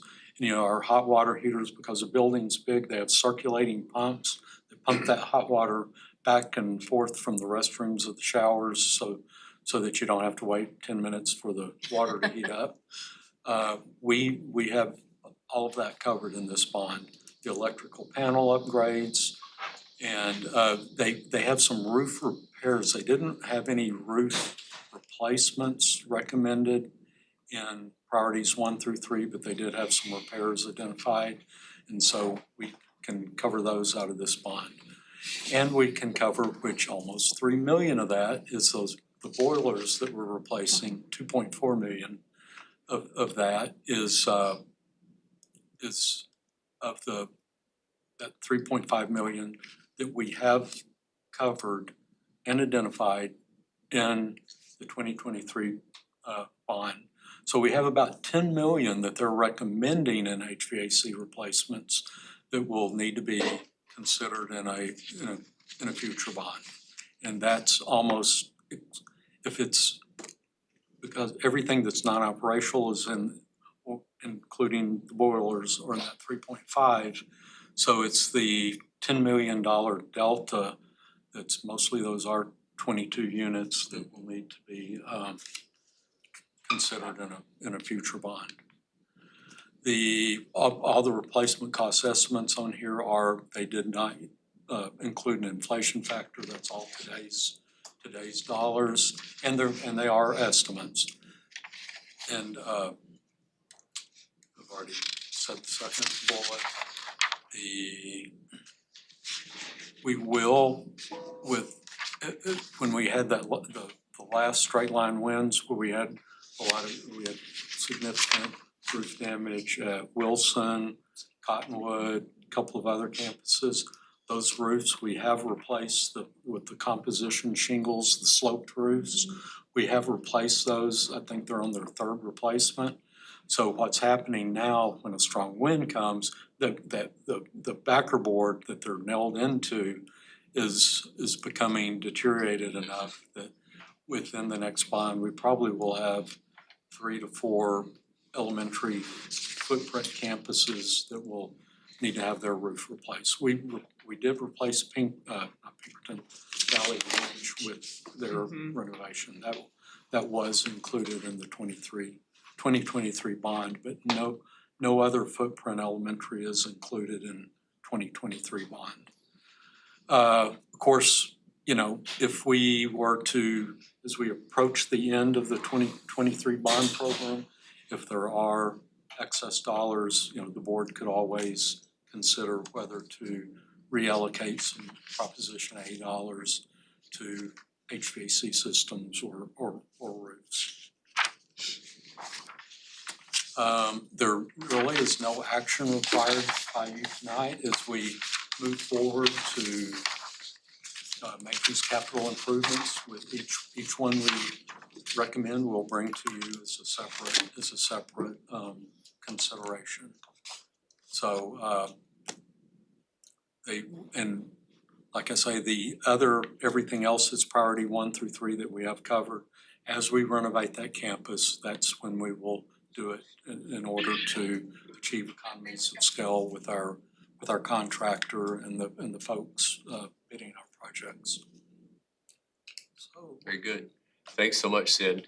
You know, this work and being able to have that long-range plan in place helps in budgeting process and trying to keep us, staying forecasting what's next and beginning to discuss possible bond solutions. yeah, and this tool they gave us, I mean, with everything prioritized, we'll be able to pull up a list. Okay, here's on the next What's bond. next? Here's what we need to include in this bond. Yeah, what's next? Love So, this.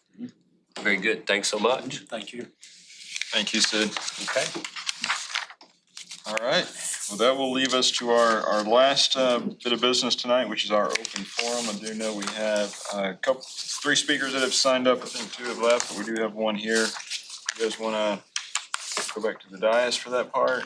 How do you- Yes. Yeah, so we'll rotate up there real quick and.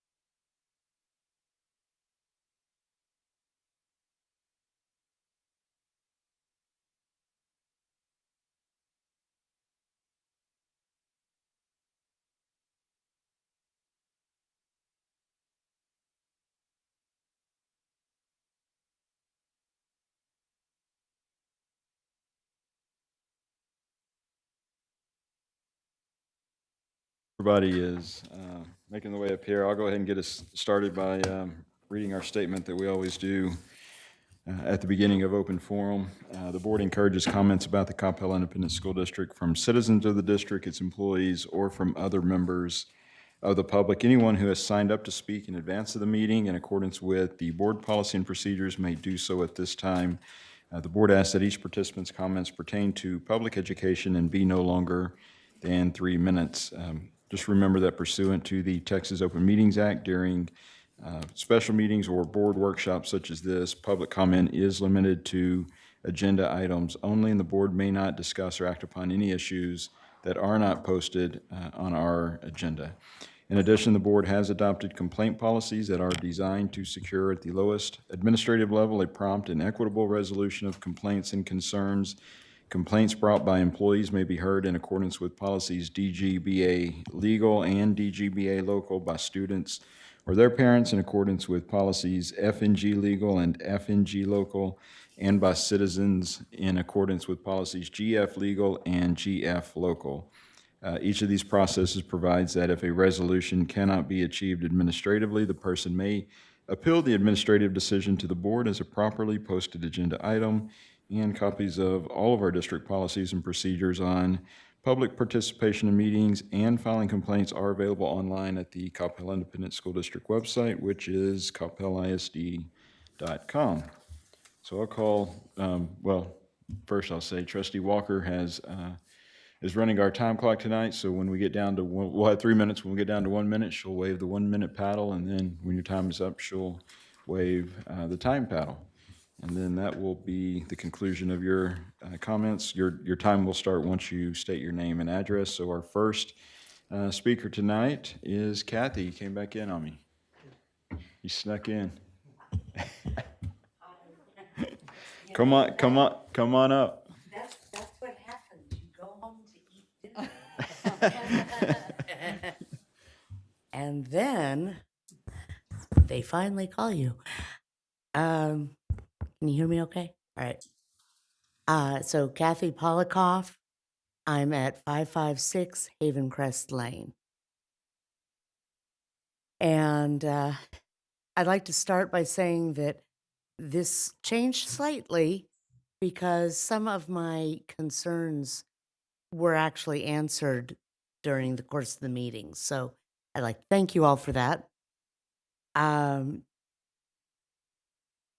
would like to start by saying I have a few things I want to touch on as to why we should keep things status quo, as it were, with new tech. So, first of all, I asked at one point why it's so important to have only one high school in Coppell. I was told it was to prevent a crosstown rivalry from developing. Growing up in Plano, we had one high school, Plano Senior High, and then in my 8th grade year, the district opened a second high school, Plano East Senior High. I remember that crosstown rivalry fondly. It not only relieved overcrowding, but it led to friendly competition and more interest in local sports. Anytime one high school or the other was knocked out of a competition, the students would rally behind the school that was still competing, causing the entire city to support whomever was moving on. Far from dividing the city, it actually brought us closer together. I will never understand the logic of refusing to build a new school that's badly needed because there might be a rivalry.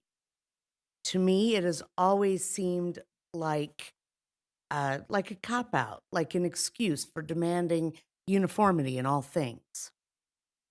Second, if the plan is to create a school within a school, this sort of thing has been tried before by other districts, and it has never worked.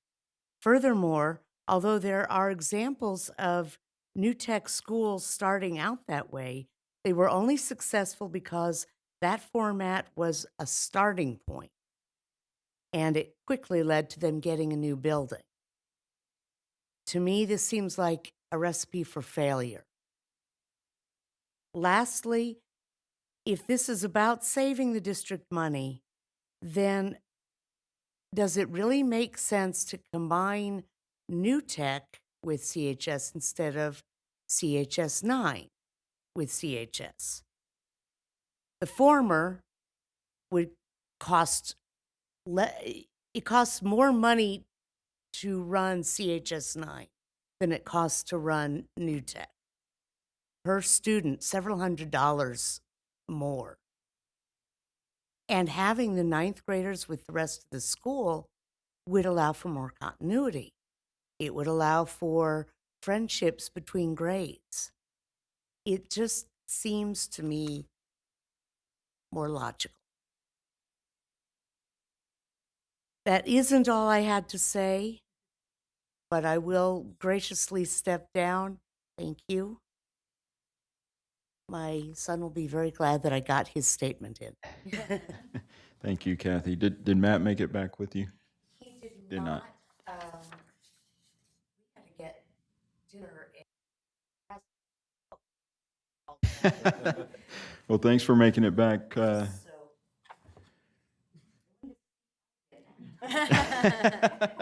Well, thank you, Kathy, for being here tonight and hanging in there with us. So that'll take us to our third and last, or second, and our final speaker tonight, which Mr. Subu Venkat. Good